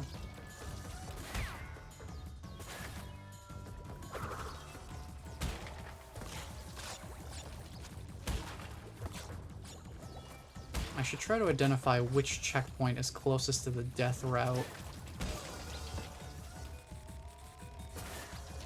That way I can, whoop. Wasn't sure if I was gonna make that or not.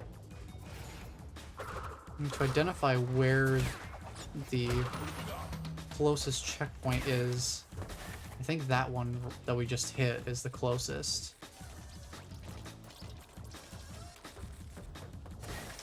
I did not slide jump. I think I was still underneath the pipes, unfortunately. So I didn't have the head clearance to actually jump. We can use this as a checkpoint. So let's come back to that. So let's do the rest of the stage first. Because we can use the bonus stage entrance as a checkpoint. I think as long as we make it, as long as we ride the death route platform at least once, I think we're okay to keep using it. If we die at all in the stage before using the platform, I think that's what causes it to disappear. Alright, that's the last crate. There are no more crates past that point. We've confirmed that already. So we can just save ourselves some time and start heading back.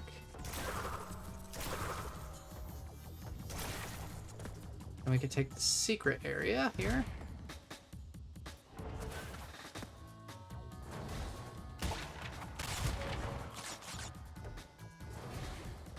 Oh, I see, I see. I think the idea is you're supposed to save that bouncy crate for the return trip.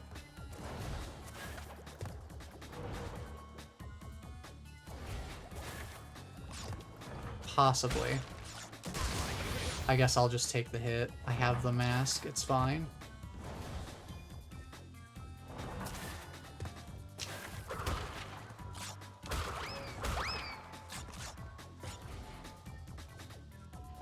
Then we head back.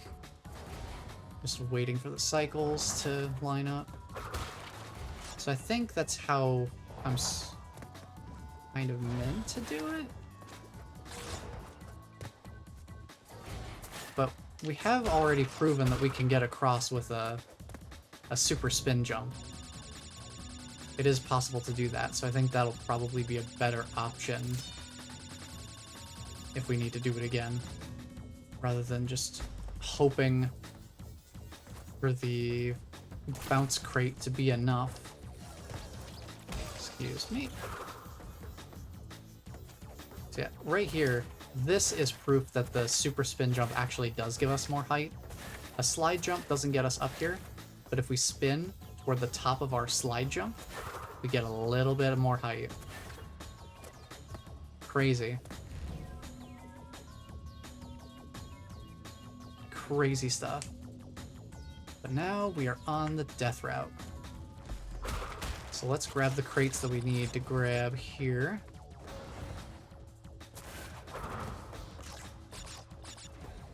Jump over that. Jump over that.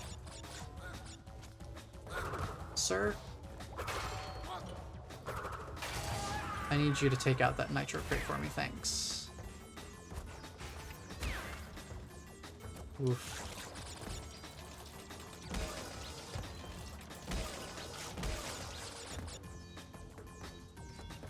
Okay, good, a checkpoint. Perfect.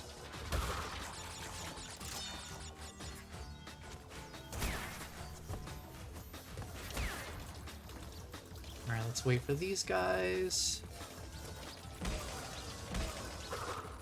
Dang, that's a tough jump.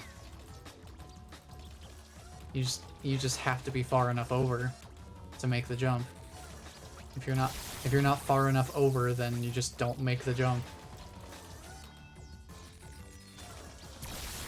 Really?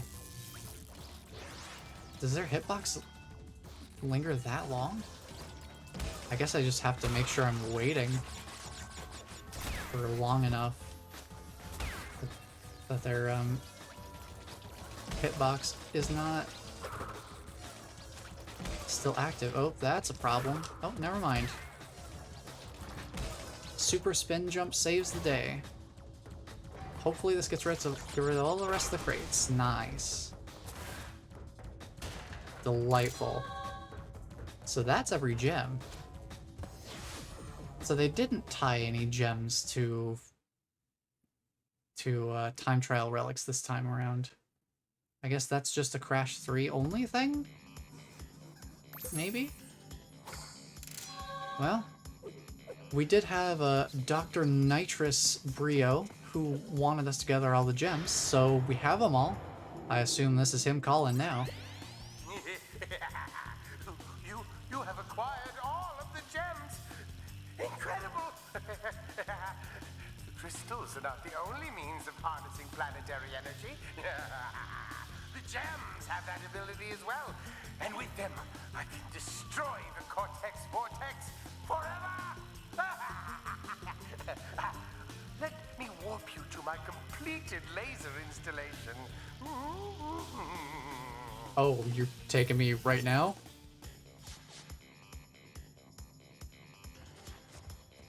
Let me warp you to my completed laser installation. Is that further up? I guess we have 100%. So I guess the time trial relics aren't necessary for 100% at all, since they don't contribute anything percentage-wise. We'll still do the last 5 and see what we get. But first, we have something of interest to see here. Oh boy. The fruits of our labor. We are ready, Crash. Would you like to do the honors? Yes. Press the big red button. It is your destiny.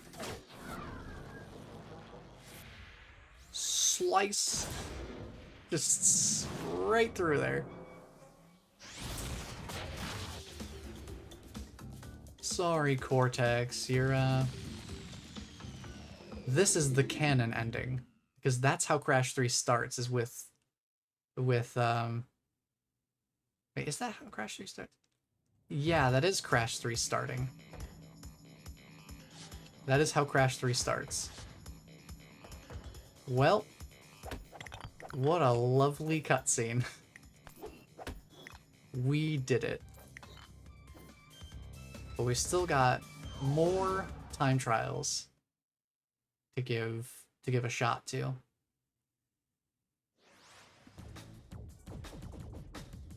I want to at least get a relic for each of these. This is gonna be an interesting stage to speed through.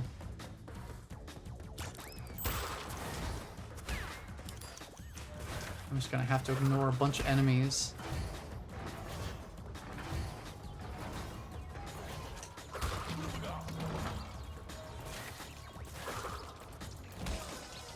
That super spin jump coming in clutch, though.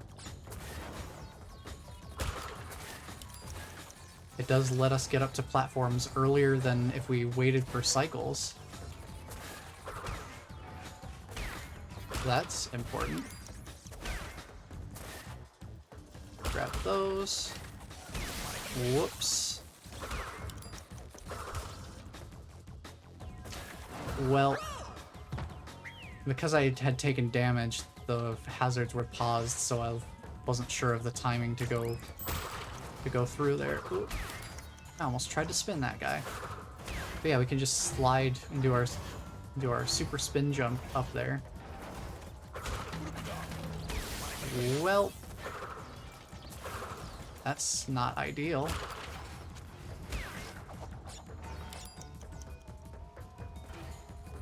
That, jump up, jump up, jump up. Well, that's an interesting hitbox transition.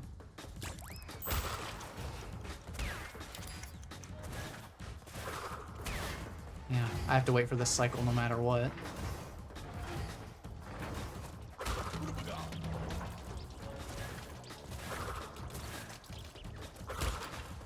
I have to wait for you so I can actually slide. So I'm not entirely sure whether I can spin them if I start lower than their level. I don't know if I can spin them or not. Well, okay. Not ideal. That section's a little bit dicey.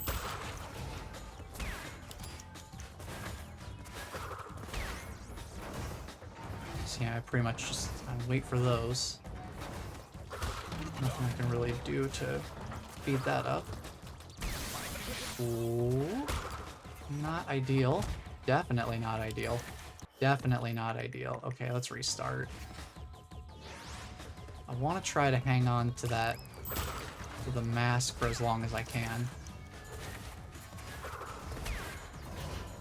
So there's really no reason for me to use it right away.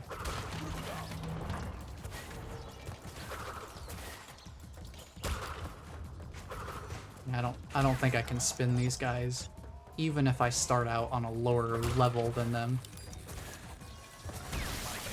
Ugh. Not my favorite.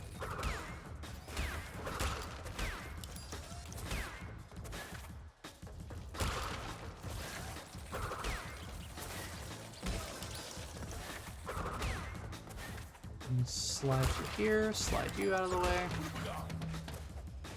Slide that.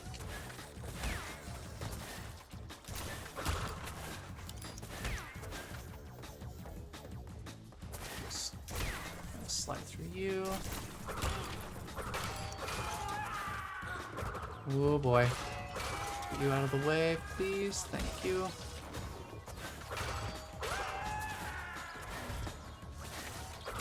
Well, that was a little unfortunate. I'll wait for this because I don't trust it. That was incredibly slow, but I didn't trust it at all. I had zero trust there. We'll see what we get in terms of relic. I have no idea. No, we still got a gold. It's not too bad. I feel like platinum on that level would be pretty doable. At least at first glance, it seems like it would be doable, because there were definitely some sections there I could execute a lot more cleanly. 100%. And that firework wasn't too bad. It's the ones that are just like a big pop out of nowhere. Those are the ones that catch me off guard. Oh boy, time trial rocket stage. We gotta do quick jetpacking. This is gonna be interesting. Wonder how this is gonna go. I'm gonna have to try to get good at using the triggers. Because I'm gonna want to be able to spin on command.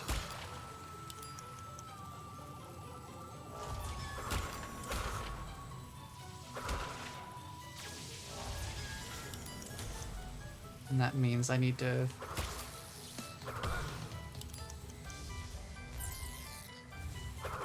have my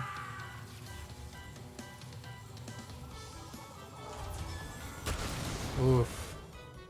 That 3. I kind of need to get that 3. But it's a bit dicey to grab it. Alright, let me back up and then just go forward at full speed. I don't know if that'll make any real difference. I'd like to think it makes a difference.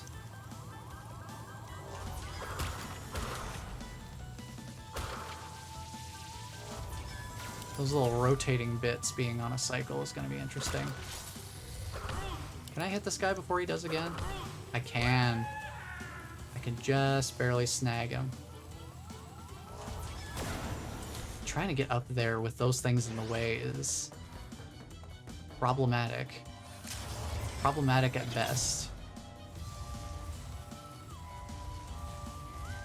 Whoa, what? Why does turning back around center me so harshly? That was weird. It kept trying to like drag me back to the center of the screen when I would go forward again.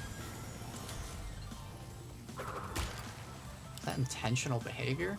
'Cause if it is, that's weird.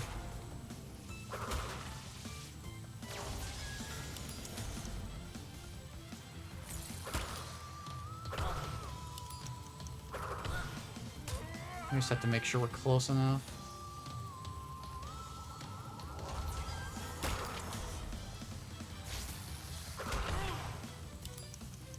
We just have to get through you.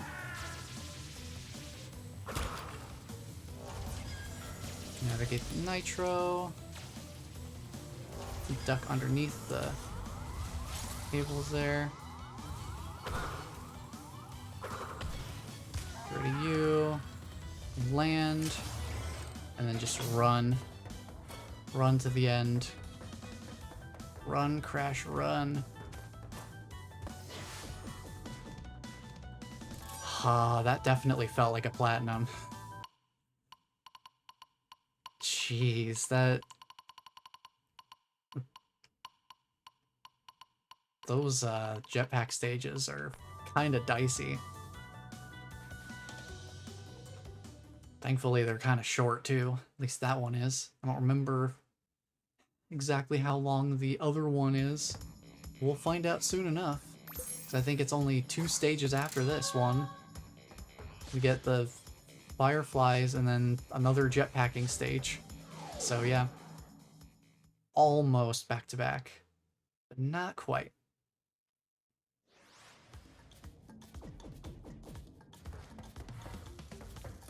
Alright, let's see what we can do here.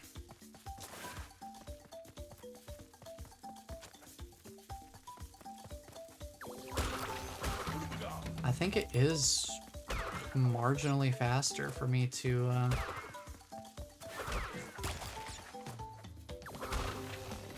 do regular jumps as opposed to slide jumps.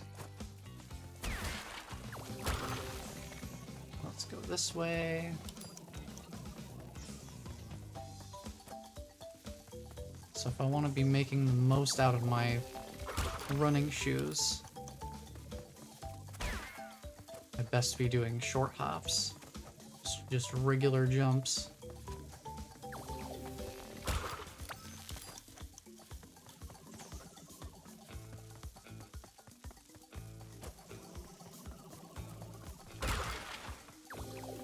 Okay. Just keep going. Ignore you. I need to make sure if I'm sliding into any enemies, when I'm defeating enemies that require a slide, I need to make sure to jump out, because then I won't get like stuck on the ground in a brief crouching animation.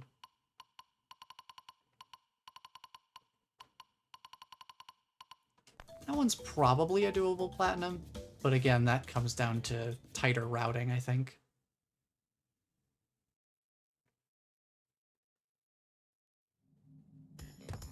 But still, plenty happy to be getting golds on pretty much every stage. It's definitely better than I was doing with Crash 3, where it was kind of a bit of a mix between gold and sapphire times with, I think, a couple of platinums. But hey, 2 more stages. One of them's a jetpack stage, so we'll see how this goes.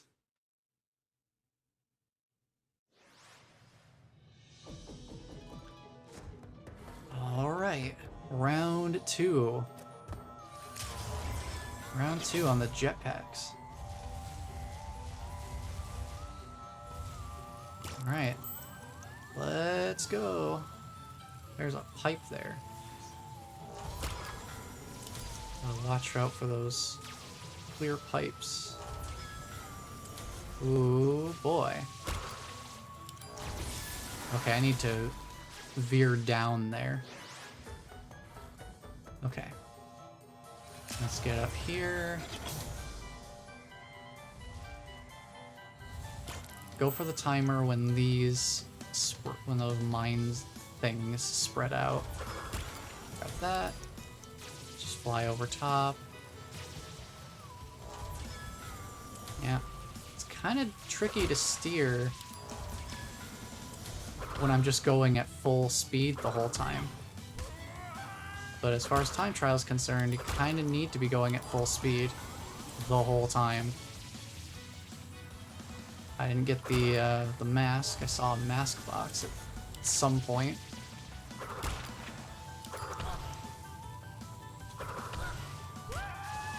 Hopefully I won't need it. Hopefully I won't need it.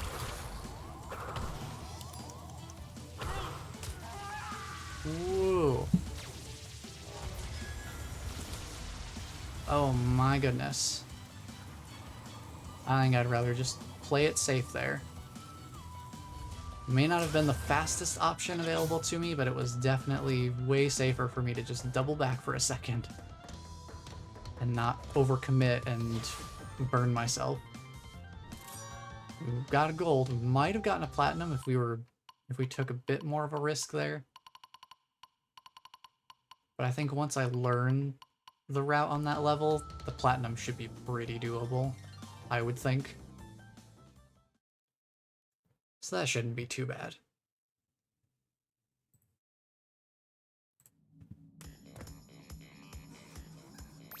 But hey, that just leaves one more level. And it's the final level.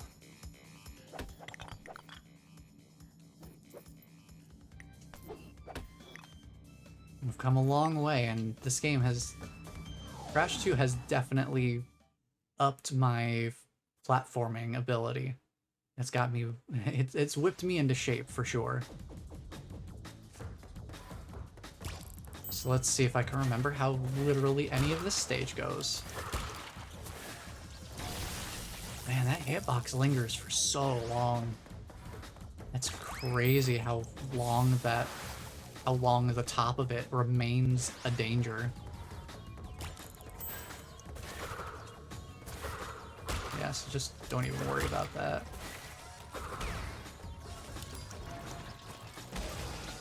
Kinda have to wait a little bit. Need it to turn that way so I can actually...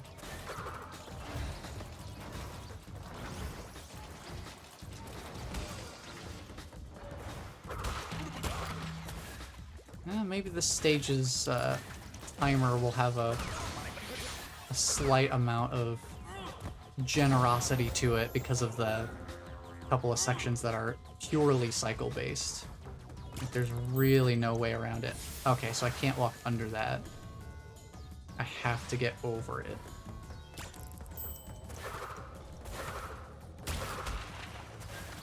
Bounce off of you.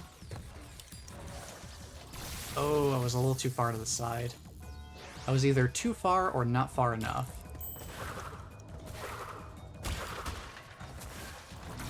Man, okay.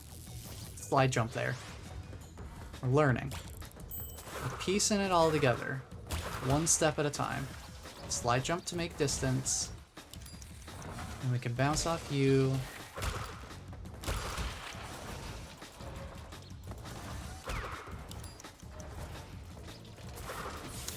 That platform comes all the way over. Good to know. Good to know. I jumped way too early. Let's look.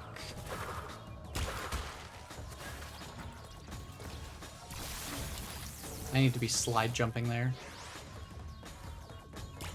I can do a regular slide jump, do a super spin, but then I just need to be... I can go up there, okay. Do have to wait for that. And then get over there. This guy, we just have to kind of wait for these Cycles. Bounce. Jump over you. Just jump over them. That's unfortunate. Dealing with that guy is a little bit of a pain.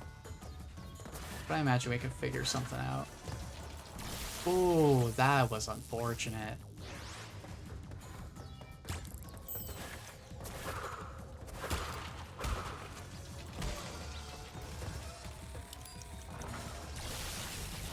I did not jump. I need to jump.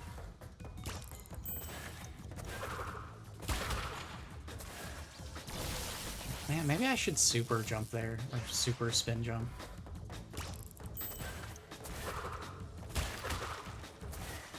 Because yeah, if I'm too fast, then I get caught up on him, on the edge of him.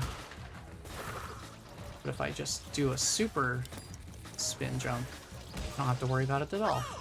Whoa! Oh no!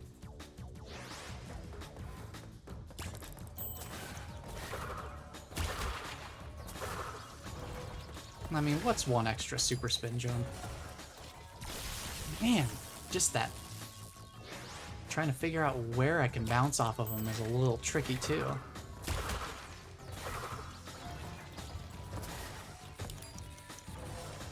Maybe it's best if I just don't worry about it.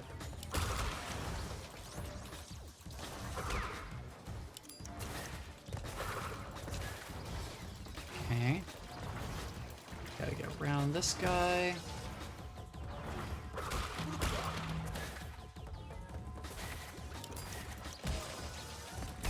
Man, I did not want to lose the mask that early.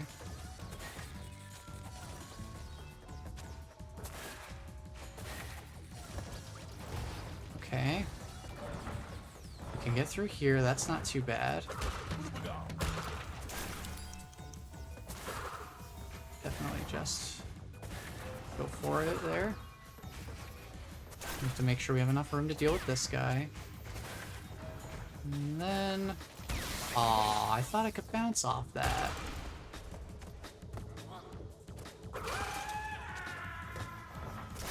Woof. That last little trap there at the end. Let's see what we get.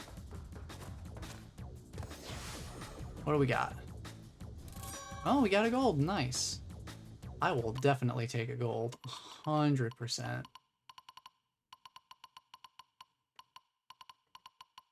So still haven't gotten a gold or better on every stage in Crash 2. But we do have a relic for every stage, and a majority of them are gold. Which is better than we did on Crash 3 our first time through.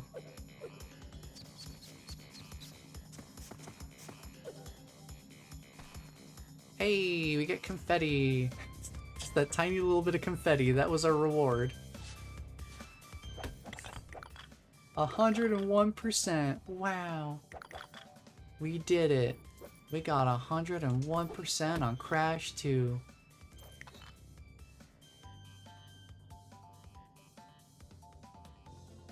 So, now I guess the only question I have at this point is,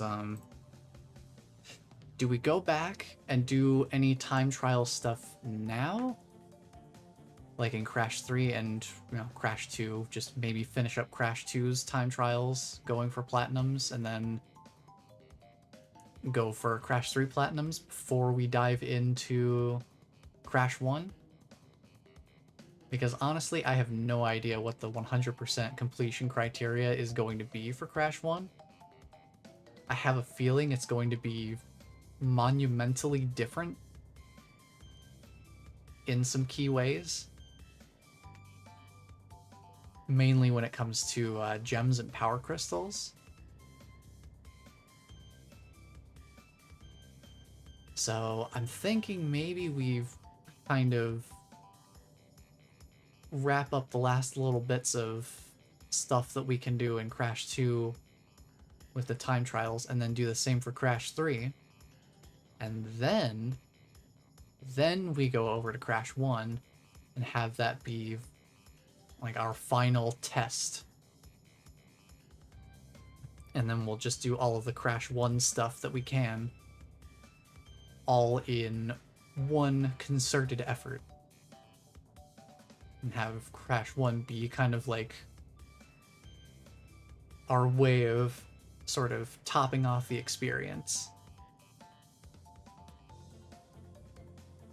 Yeah, I think we'll do that. I think we'll, since Crash 2 is the harder of the two between Crash 2 and Crash 3, I figure we'll keep going with time trials on this next time.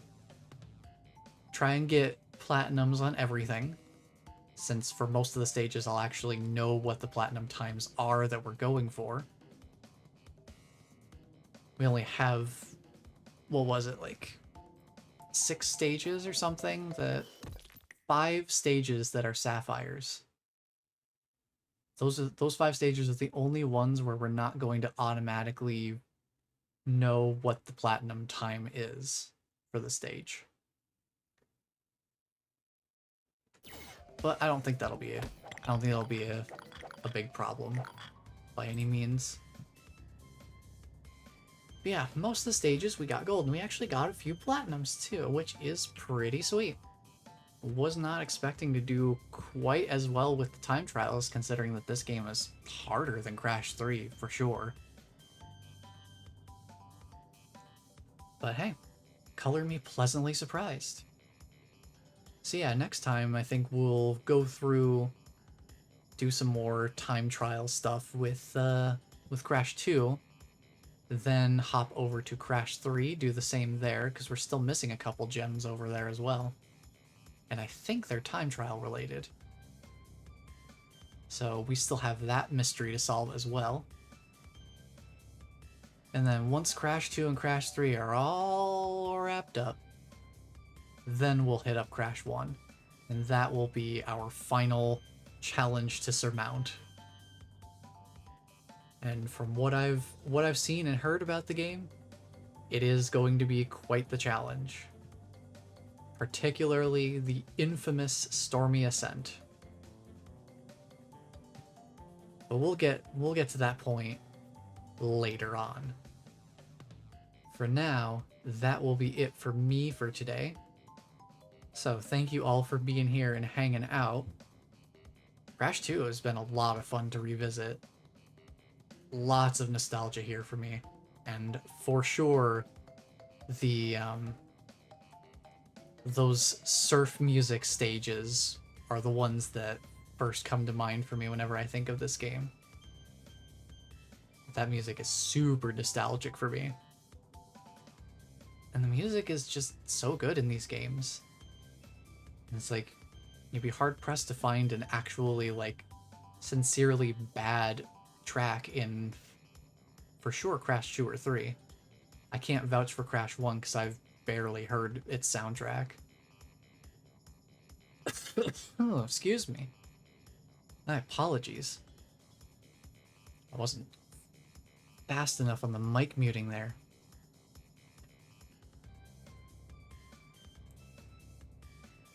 But yeah, we'll be back to Crash 2 and Crash 3 time trials next week.